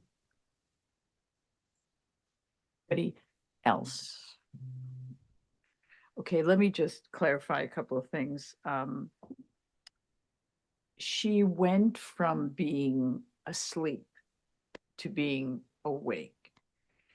My understanding is that she didn't know, couldn't say whether it was a finger or a penis, but wasn't she in fact referring to what happened before she woke up? She was referring to what happened before she woke up. When you're saying when she So So I think the way the question was asked and the way she answered, she could only answer as to what she was aware of at the time she woke up. So I think that had the question been clarified, I mean, she doesn't know what happened when she was asleep. And her comment was she was certainly aware of a finger later, but it could have been a finger or a penis prior to her being awake. Yeah, she said while she was interviewed that she didn't know when he got into bed. Frankly, I believe she assumed that he was in the bed with her because when she woke up after feeling the contact, she heard what sounded like something falling to the floor. So I think she just kind of put two and two together based on. Yes. She said, just clarification, she said what woke her up was something cold on her Right. leg or, Between her legs. yeah. But I would suggest that what the investigator is saying, that was the point of contact that she was aware of. When someone goes from asleep to awake, there's a gray area, and then you're aware of the cold. Certainly, in my experience as a prosecutor of sexual assault crimes, that's not an unusual response. From was it a penis, was it a finger? Well, all I knew it was something cold, and it was there. So I just wanted to clarify that. Now, you made a comment that the excessive intoxication was potentially the cause. Is that right? Correct. But you've known many people who become excessively intoxicated who don't commit offenses. Is that correct? Correct. So we don't know what the cause was, except that we know that lots of people go out and get drunk and don't commit offenses. Is that fair? It's fair. Okay. Okay. Yes, please. Also in the report, and please, I'm going back over this. She had also took a sleep aid prior to going. She had one. Did she also have one beer and took a sleep aid? Am I correct? She said that she took trazodone, which is, and she said specifically, it was to help her sleep. And done a little research myself, and that is a common use of it for Okay. insomnia. And that she said that she had a glass of wine, one glass of wine. Yeah. So that's probably. I'm thinking about her sleeping and probably sleeping a little bit harder than normally. If I someone think that takes would it. be speculative. Yeah, you Like, can't, you can't make some that. people assumption. take that every night. I don't know. And that was my question is I'm trying to follow the story. Watching the film, he doesn't indicate that he was ever in the bed, but she assumes that he may have been in the bed, then fell on the floor. That's what I was trying to wrap my mind around. Is that speculative? Well, please correct me if I'm wrong. She didn't say he was in the bed. What she said is he may have been in the bed. And that was her speculating as to where he was. And she based that speculation on the fact that she thought she heard a thump when he was on the ground, not that she said he was in the bed. Is that correct? Yeah, she heard the thump immediately after she woke up and kind of jolted, which is what caused him to then pull away and then try to hide under her bed, which he couldn't do because she has rails that prevented him from getting under her bed. The point is that she heard the noise, him respond to her waking up, and that's what she assumed was him falling off the bed. The other thing I wasn't sure of is it does sound like he did change his story a little bit. Initially, he said, I just touched her foot. And then when there were continuous questions about whether he touched her vagina, I thought he changed his explanation to I just touched her skin, and that he knows what it is to touch a vagina, and that, but prior it was just a foot, and then it changed to just skin. Was that a change? No, that was so the one thing he was consistent about was that he touched the heel of her foot. And he did say he moved his hand upward. Where he changed it was that at one point he indicated that he touched her calf. And then when he was asked, okay, so then you touched her calf, at one point he said, I don't know what else I touched.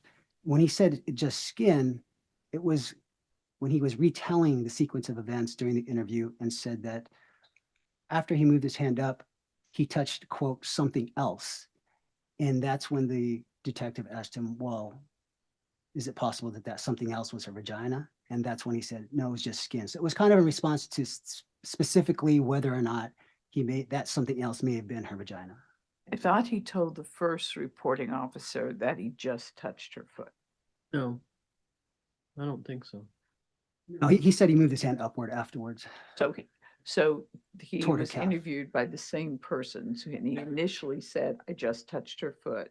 And then he changed to I moved up my hand and may have touched her calf but not her vagina. Is that correct? Same officer, same night, same everything? Yeah, it was one interview.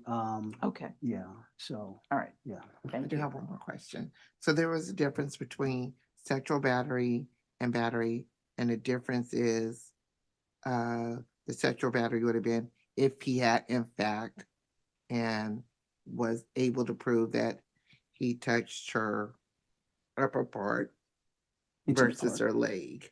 Well, if sexual battery would be touching of the breast, the vagina or the buttocks. okay. So those are very specific areas with an intent.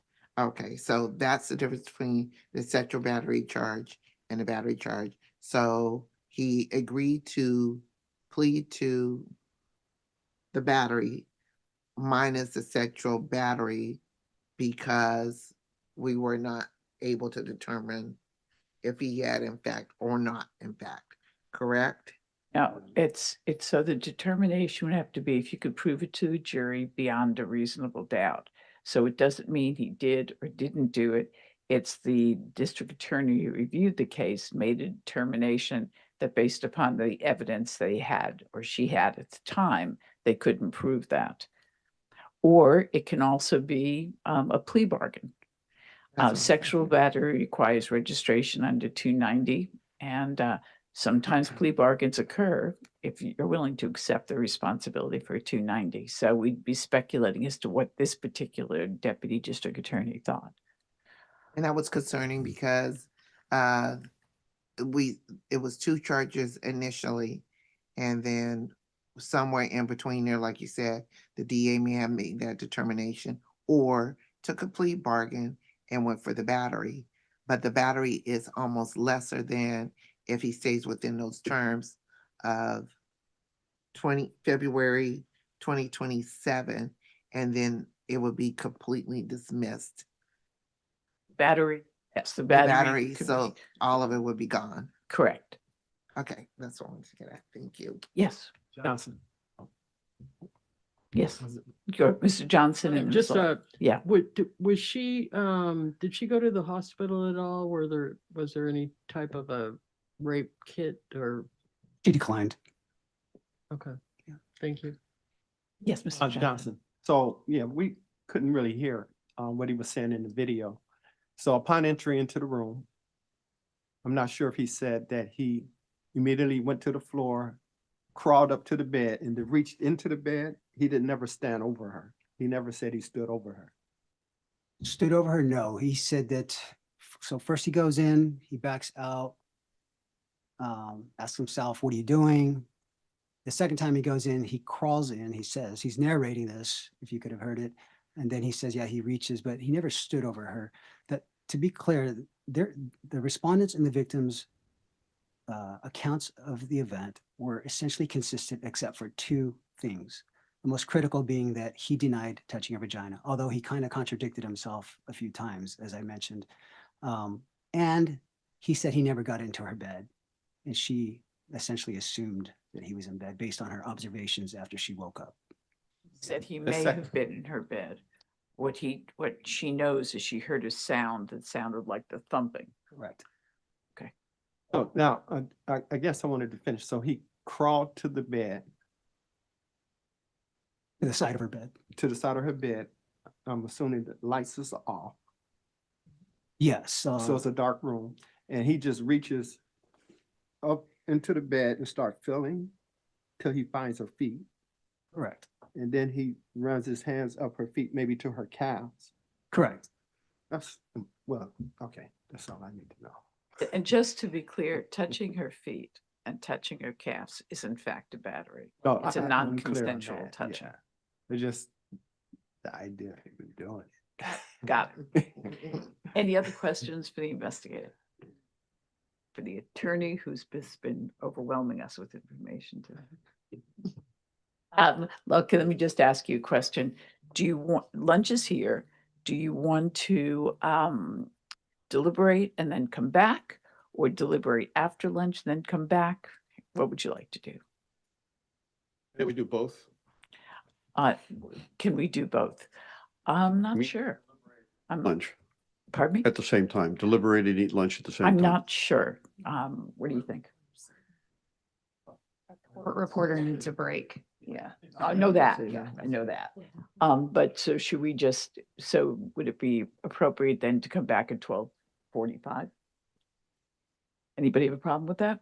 Okay, So I didn't hear what you we're going to decided. eat lunch Okay. and deliberate and be back here at 12:45. What about the Okay. court report? Thank you. She's gonna need her break time. She doesn't, you have to be in while we're deliberate. No, Yes. I think you do. Okay, so why don't we do this? Why don't you come in at 12:30? That gives you a 15-minute break. Is that enough? Or you want longer? Okay, so why don't you come in at 12:45? Is that enough time? Okay, so we're not going to deliberate or discuss the case until 12:45.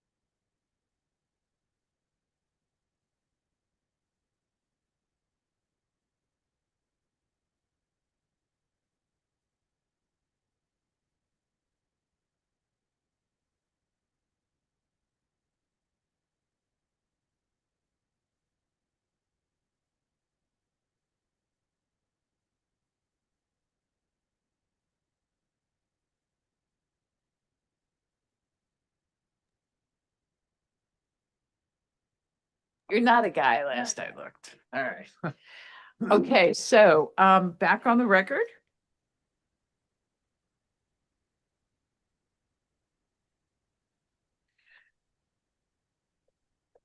We will now reconvene to regular session to take a vote on the board's recommendation in the matter of case post 250-7244, Eduardo Escarion da Vida, who at the time of the events at issue in this case was employed with the Mendocino County Sheriff's Office. Any comments the board wants to make? Sure, Doyle, motion to certify? Clavo, second. Any further discussion? Okay.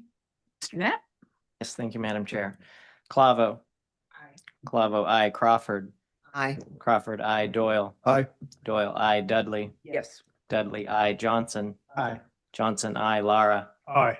Lara, I. Pena. No. 6 in favor.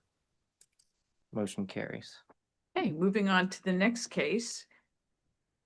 Thank you very much. Okay, this is at this time, let's see. At this time, I will now call upon law enforcement consultant Christina Moore, Professional Conduct Central Bureau, and Brian Hoffman, attorney for Legal Affairs Bureau, to provide a report on post 2505112. And can you pronounce the last name for me? Moore, Christina Moore. No, not your last name. Your last name I got. The name Kevin of the- Smith Matungle. Say it again. Kevin Smith Matungle. Smith Mentundo. Joyce, can you hold for 1 second? We've got to go find our attorney. What kind of route? I was wondering what kind of, if that was just a. Okay. Yeah. We're gonna have to that it should be pause separated. and look for your attorney. Yes, thank you.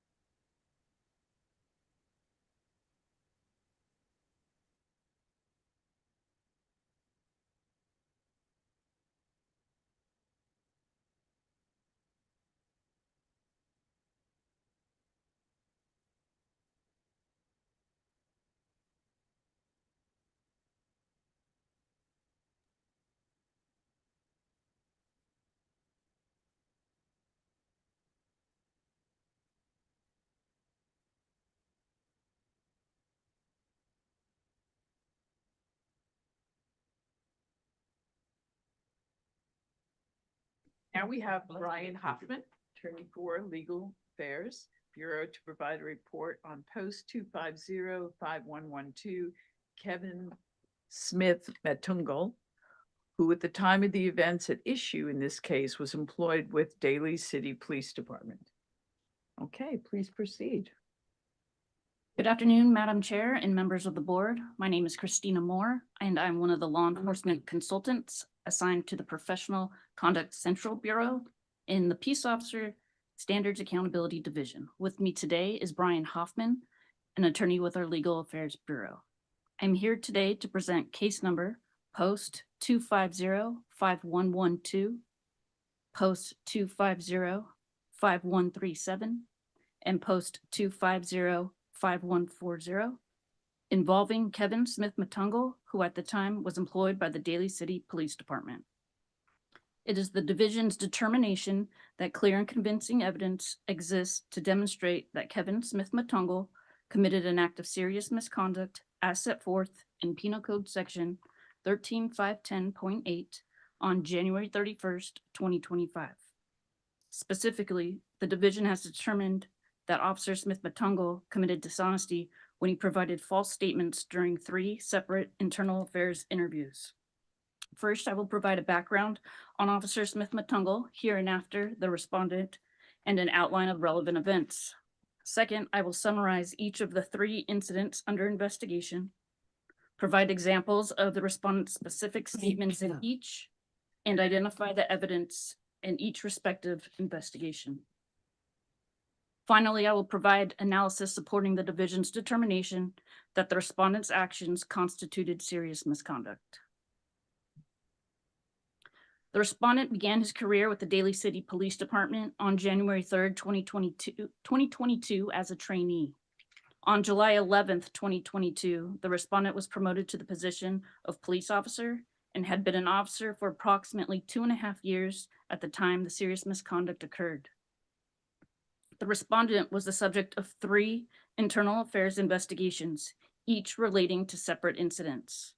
Daly City Police Department conducted 3 separate and distinct interviews with the respondent, all on January 31st, 2025.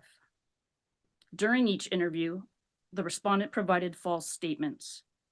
He made false statements when he stated A, he obtained a fingerprint of a shoplifter, B, he was late for training because he was handling evidence, and C, he attempted to complete service of 2 subpoenas. Following the conclusion of the 3 administrative investigations, the Daly City Police Department served the respondent a notice of intent to terminate, and the respondent submitted his resignation of employment. The investigation established by clear and convincing evidence that the respondent did not obtain a fingerprint of a shoplifter, was not handling evidence causing him to be late for training, and did not attempt service of 2 subpoenas. I will now provide details of the first investigation, provide an example of the respondent's specific false statements made in the internal affairs interview, and the supporting evidence. On June 2nd, 2024, the respondent responded to a retail store regarding a female subject who was detained by security for shoplifting. The female subject verbally provided a name and date of birth and a bank card with this name. A records check through law enforcement databases revealed no matching records, no associated driver's license or identification number. The respondent cited and released the party without confirming the subject's identity. On the day of the incident, when questioned by his supervisor regarding how the party was identified, the respondent stated he obtained the subject's fingerprint. During his internal affairs interview on January 31st, 2025, the respondent made multiple false statements by fabricating details of how, when, and where he obtained a fingerprint. An example of this is when asked by the internal affairs investigator if he obtained a fingerprint of the female subject, the respondent made statements that he did. When asked when the fingerprint was obtained, the respondent stated, quote, "I'm not sure how long after, and she came out, and that's when I realized I didn't get a fingerprint from her, and my ink pad is in the front pocket of my duty bag," end quote. He also stated, quote, "And when she walked out, I grabbed my thumbprint or my ink pad, got the thumbprint, and put the citation in my car until the end of shift," end quote. The division investigation revealed that the respondent did not obtain the female subject's fingerprint at any time. Evidence to support that he did not obtain a fingerprint includes the following: the body-worn camera recordings from the respondent and responding officers captured the entire enforcement contact, as well as a subsequent enforcement contact at the same location, and displayed no evidence to substantiate a fingerprint was obtained. The surveillance footage from the Target shopping center, which displayed the respondent's arrival, parked patrol vehicle, and departure from the scene, displayed evidence to substantiate no fingerprint was obtained. The electronic ticket writer was not equipped to obtain a digital fingerprint, and the data extraction displayed no evidence a duplicate citation was printed. During his interview with the division on January 13th, 2026, the respondent admitted he did not obtain a fingerprint from the subject at any time. During his interview with the division, the respondent admitted he was dishonest in his internal affairs interview when he claimed to have obtained a fingerprint, and when asked why, he stated, quote, like I said, I have no excuse. I was going through some personal things then, and I have no reason," end quote.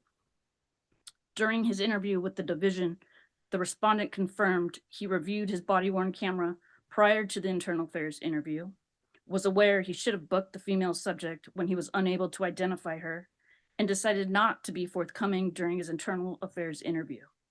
When asked why by the division, he explained it was his, quote, first kind of disciplining, and as well as some things back at home or something happening at home, and I wasn't in the right mindset, and I didn't take responsibility for my actions, end quote.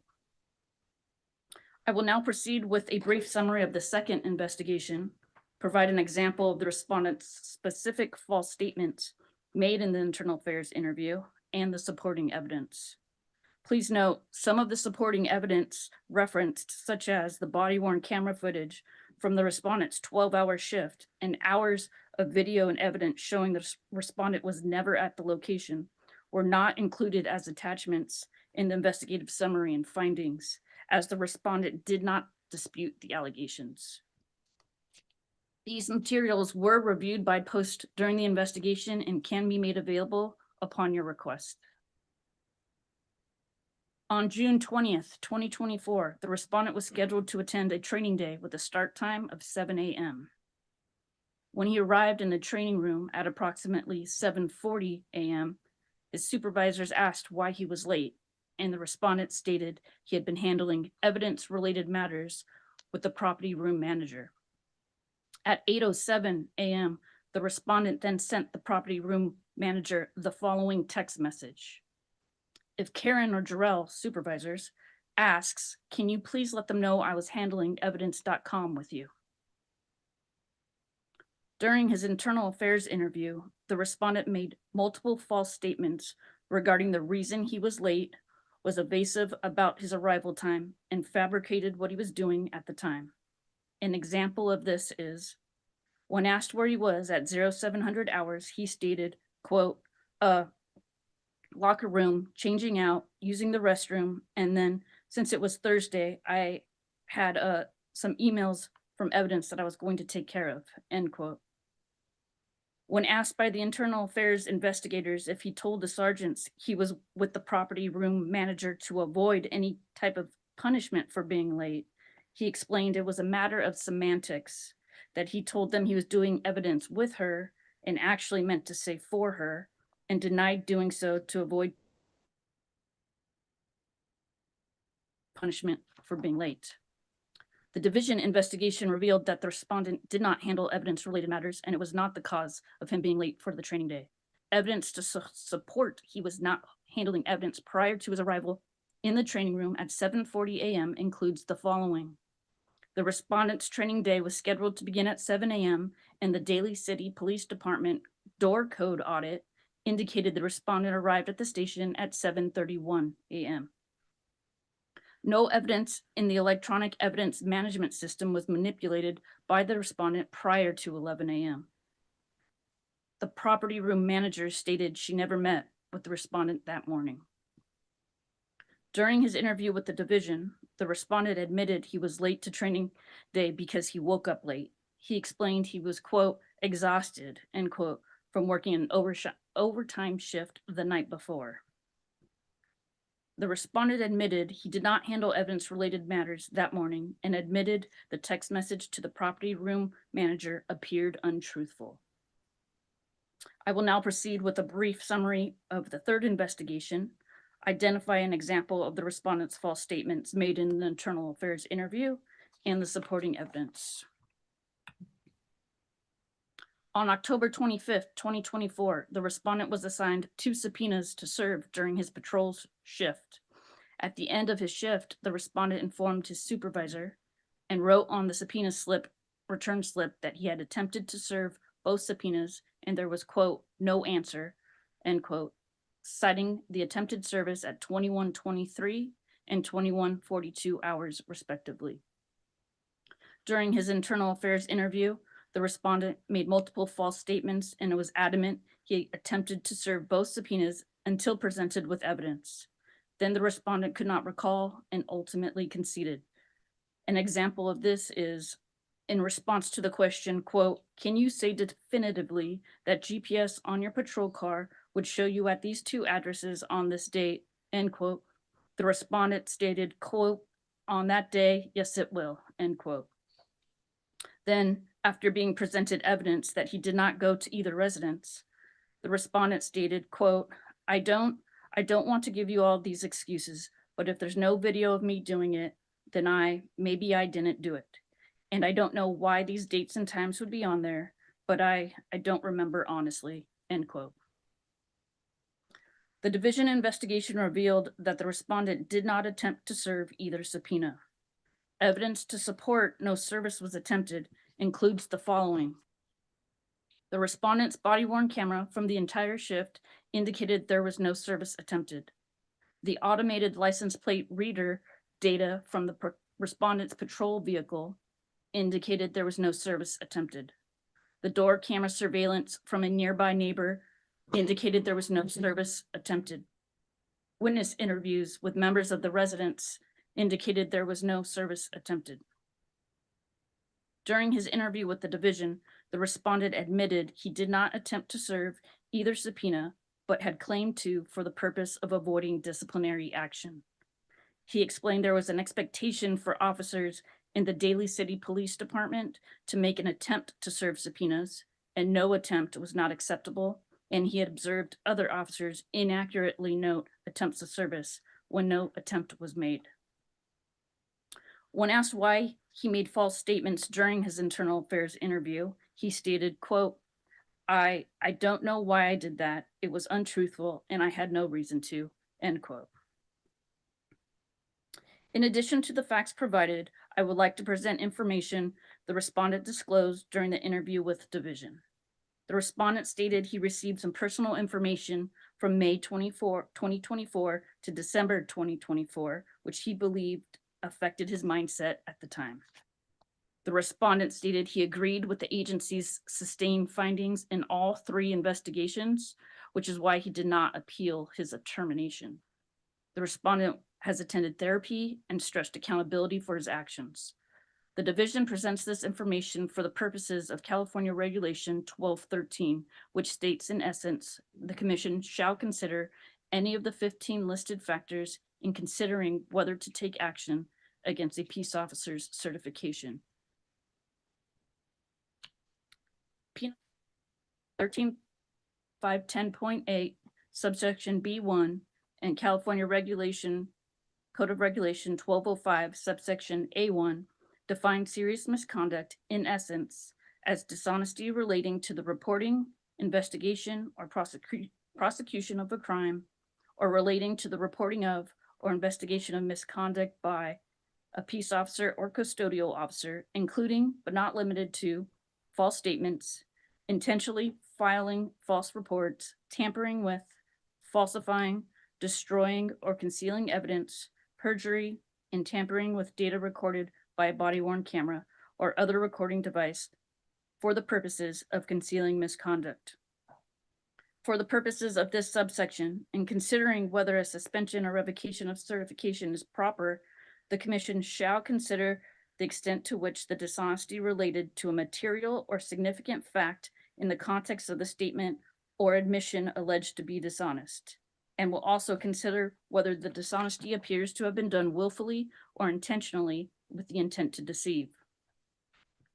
The division has determined clear and convincing evidence demonstrates the respondent engaged in the serious misconduct of dishonesty because he lied during 3 separate internal affairs interviews on January 31st, 2025 for the purpose of concealing his misconduct.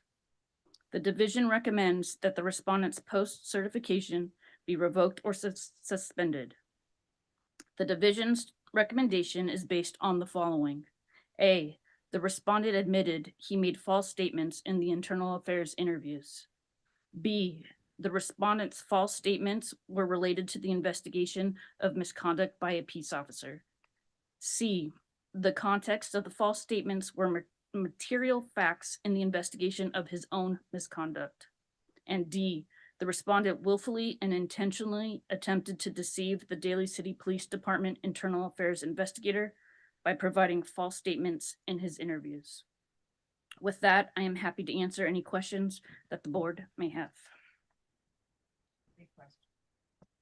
Are there any questions from the board? Yes.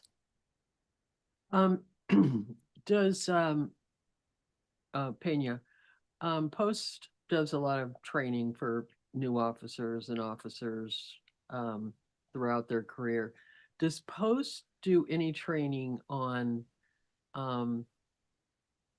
how to tell the truth, or what is the truth, or what is a lie, or how to be truthful, etc.?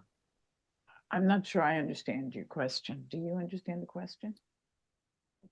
Yeah, I'm sorry, your question was confusing. I don't know if you're asking how to decipher if someone is telling the truth or how they should speak the truth. Could you say more? I know it sounds peculiar, but so we all have our definitions of what telling the truth is and what is how we would define telling the truth. Does POST have training for officers on what it means to tell the truth and the importance of telling the truth? I think those are two different questions. So let me try to rephrase and tell me if I hit it. First to the second one, which I think is a little easier. Does POST stress the importance of telling the truth? Is that one of your questions? Yeah, but that's more of a sub. Okay. It's not as I would assume they do that. Okay. But it's more what I'm getting at is I think in some instances people actually need to learn how to tell the truth and what it means to tell the truth. Okay. Good. We have an answer. Board Member Pena, as part of the Basic Academy, they have a learning domain that covers professionalism and ethics.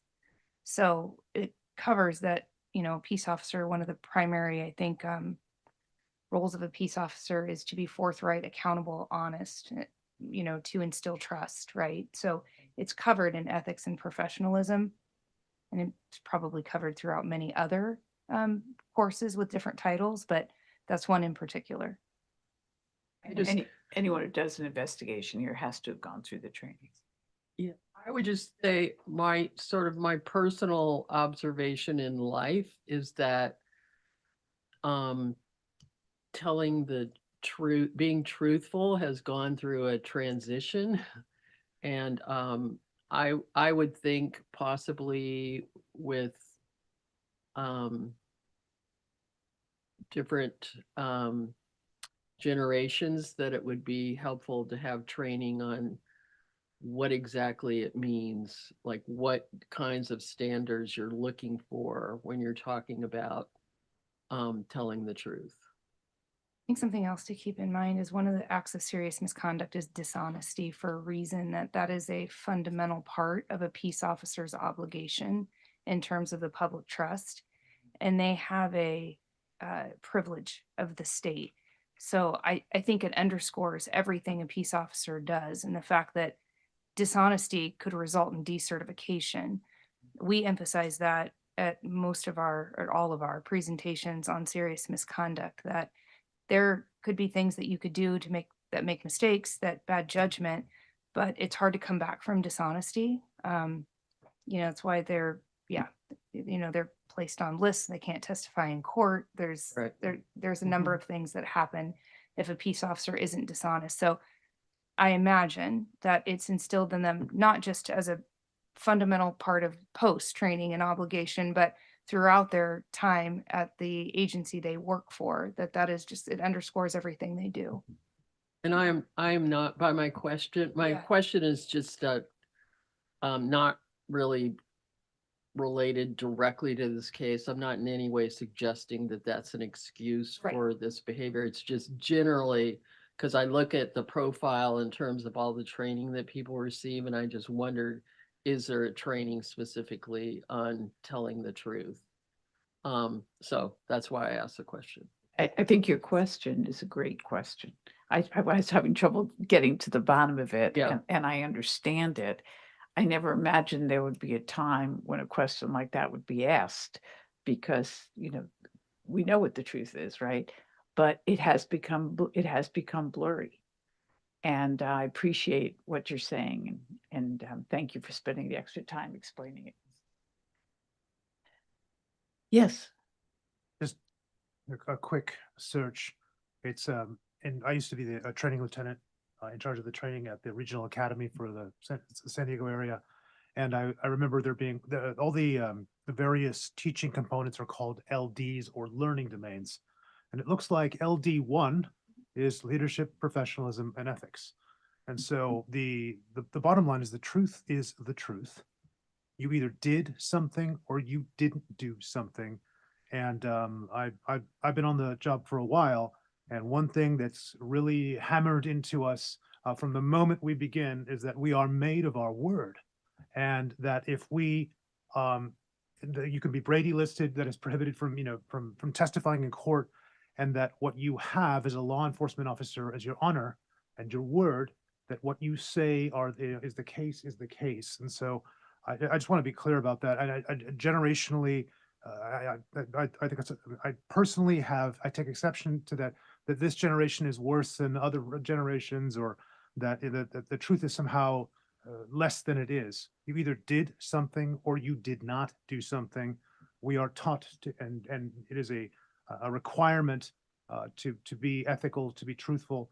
And so to my mind, there's a reason it's number one to my mind in the training. So it is instilled in us from very early on. I don't think Mr. Doyle would think any differently as a law enforcement officer.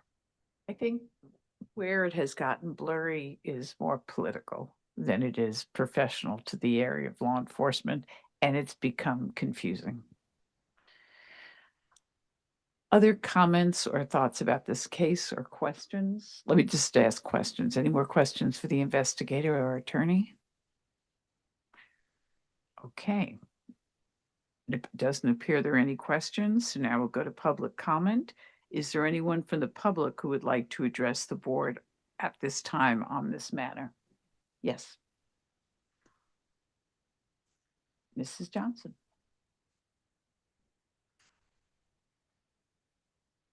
I'll read this so I can be on my point. I want to say that this hearing is about more than one officer. It is about the integrity of our justice system.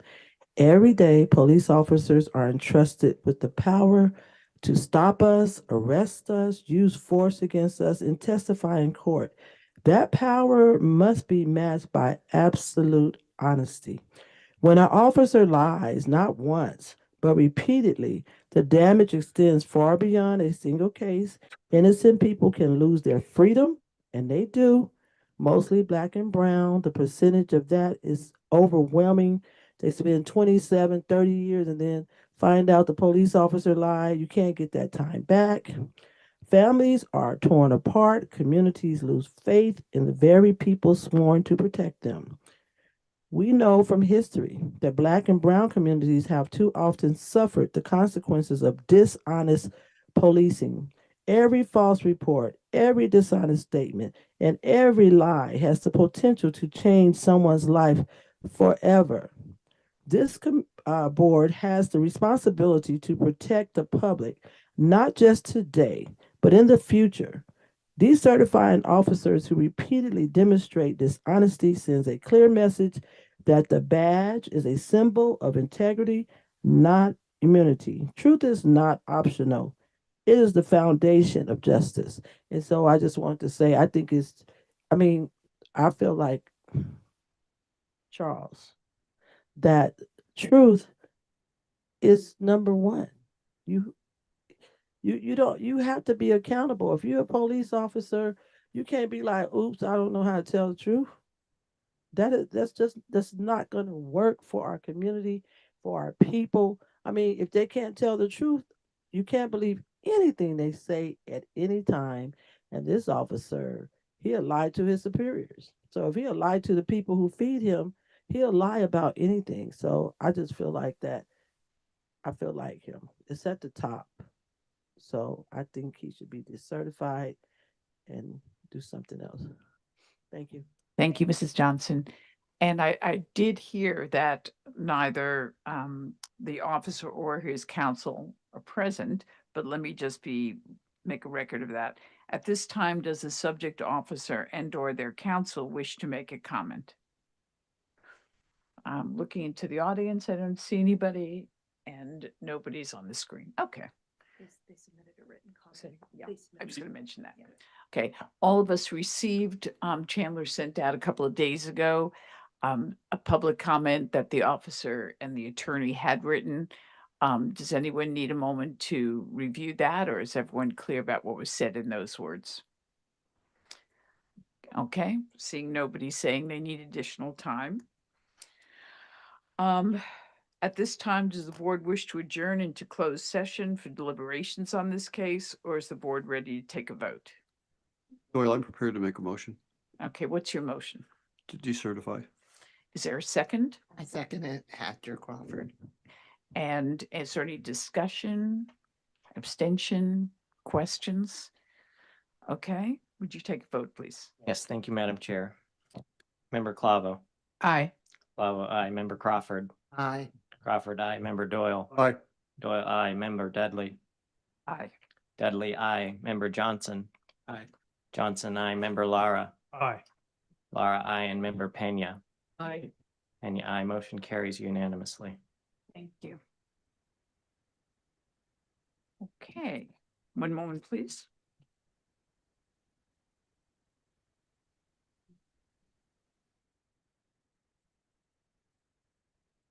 Okay, great.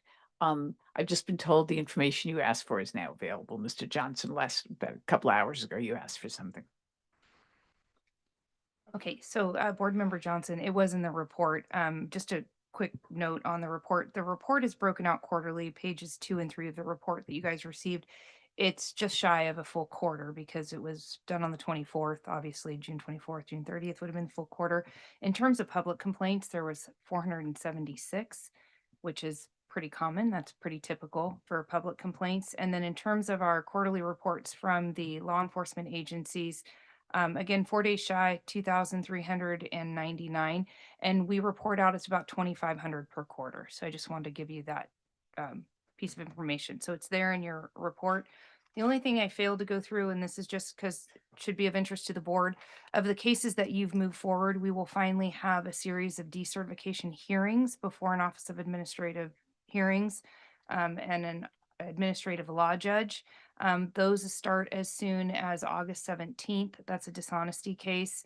We have another hearing scheduled for the end of August. Again, another dishonesty case. And then we will have a series of 4 hearings that are our bias cases out of Torrance that you might remember. And those take us through December. So we have some in September, some in November, and 1 in December.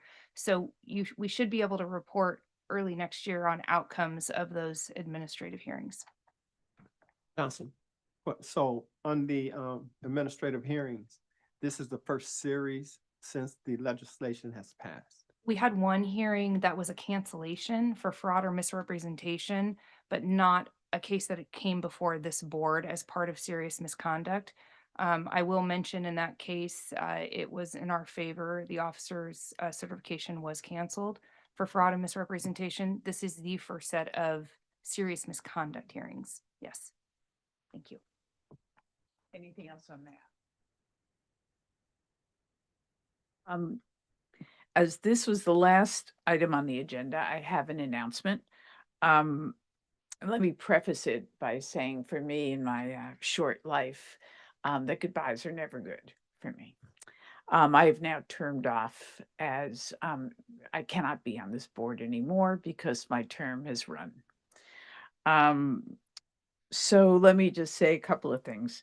It's been my honor to chair this history-making board, to hear and pass judgment on the cases that have come before us, to work with the extraordinary post staff since 2014. To name them would be just too emotional for me, but I think people know how much I appreciate them and who they are. To serve as the chair of this board and work with each and every one of you who I greatly admire. To my colleague, Bob Doyle, who left the commission when I did, joined this board when I did. I'm so happy that he will then chair these meetings until a new chair is appointed. And I really have nothing else to say about that, except you all know me well enough to know how very sad I am to say goodbye to all of you. With that, I'd like to personally thank Chair Dudley Joyce for her leadership, her expertise, most of all, your passion. Joyce has led us through our initial hearings, our trainings, everything that we did to kind of stand this board up. Navigating extremely sensitive testimony from grieving families, remorseful officers, and very trying cases. Joyce has led the board with compassion and objectivity. Thank you for your leadership, and we will miss you greatly. I second that. I second that too. And I think I'd like to invite our executive director up to make some comments. Just because he really wants to make me cry. Thank you, Madam Chair and members of the board. Thank you for allowing me to speak today. I just wanted to make a few comments about Chair Dudley's service on the commission, which you all are not super familiar with, except for Board Member Doyle. And also for my colleagues, a lot of them that are new that have not been around to see a lot of the commission meetings or even some of the board meetings. Obviously, Anne Marie spoke to the board participation and service by Chair Dudley, but I'd like to speak about the commission. So Chair Dudley was the first appointed chair of the commission by the governor. It used to be that appointment was made by the commission. And in September of 2016, the first week of September of 2016, or the second week, Chair Dudley was appointed as the chair by then Governor Brown. It was also the first week for me on the job. So we started at the same time. I got to work with her very closely as the chair. We would speak at least every 2 weeks, sometimes every week, sometimes every 3 weeks, regularly about post business, things that she needed to know, and a lot of times to just get advice. Obviously, extremely supportive of me and of Post in general. And I'll give you one example of that. So Assembly Bill 392 was legislation that was passed to change use of force laws in California. And we were really pushing the envelope with time to make all that happen and train law enforcement across California with an implementation that was really like 3 months away was when the law was taking effect.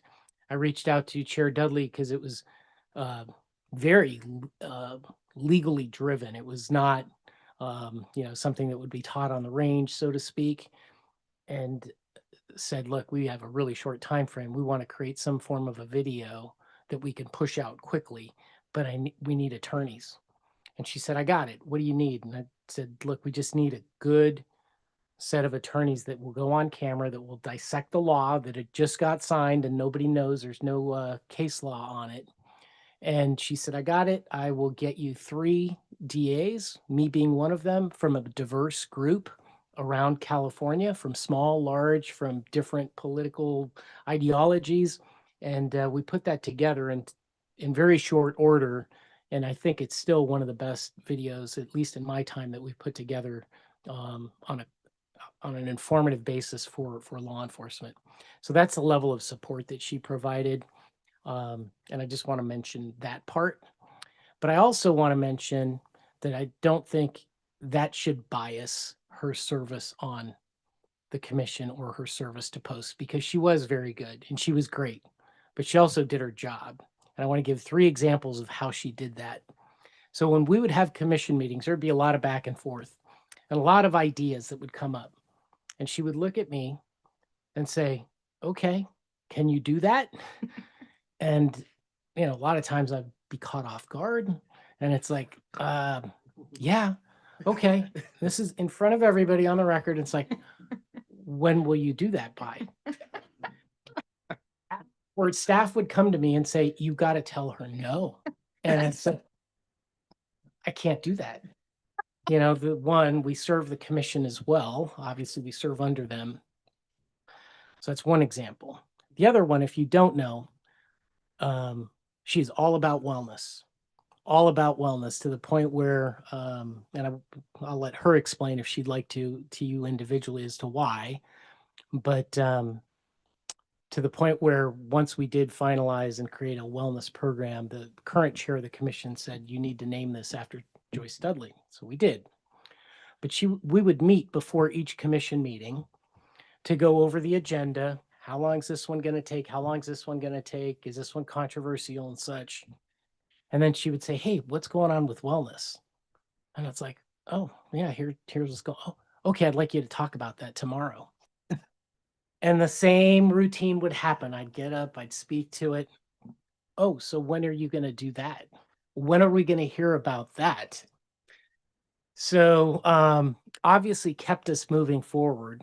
And then the last example is to demonstrate her service, not just her great relationship, but to make sure that things got done. One of my last performance reviews with Chair Dudley, I have a performance review with the chair, the vice chair, and two at-large commissioners on a regular basis. And I have a little script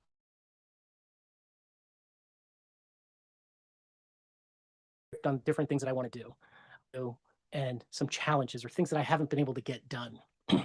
So I did bring up one challenge, and it was an administrative challenge that I didn't have a lot of control over. It was really related to Cal HR and how it was getting in the way of us doing certain things, and it was impacting us currently, but it was going to impact post significantly in the future, and my hands were tied.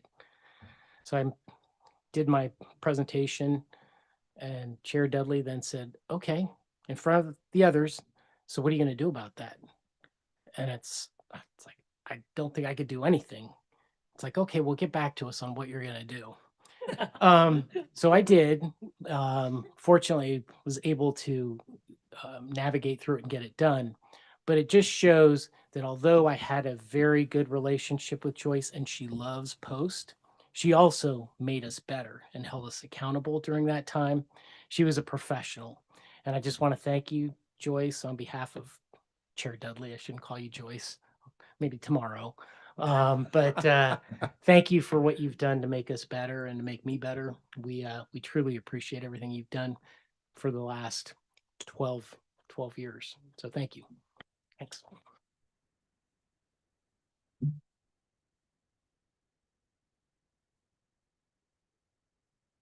We sad when a lawyer has nothing else to say. But this lawyer has nothing else to say because goodbyes are never good. You guys will do great.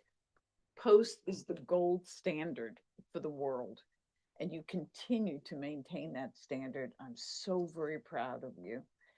And this board does very hard work in a very honest, straightforward way. And I want to thank you again. Oh, let's see. Is there one more line here? Seeing none, I'll have a motion to adjourn. Is there such a motion? Come Motion to on. adjourn. And a second? Second. Okay, meeting's adjourned. Thank you.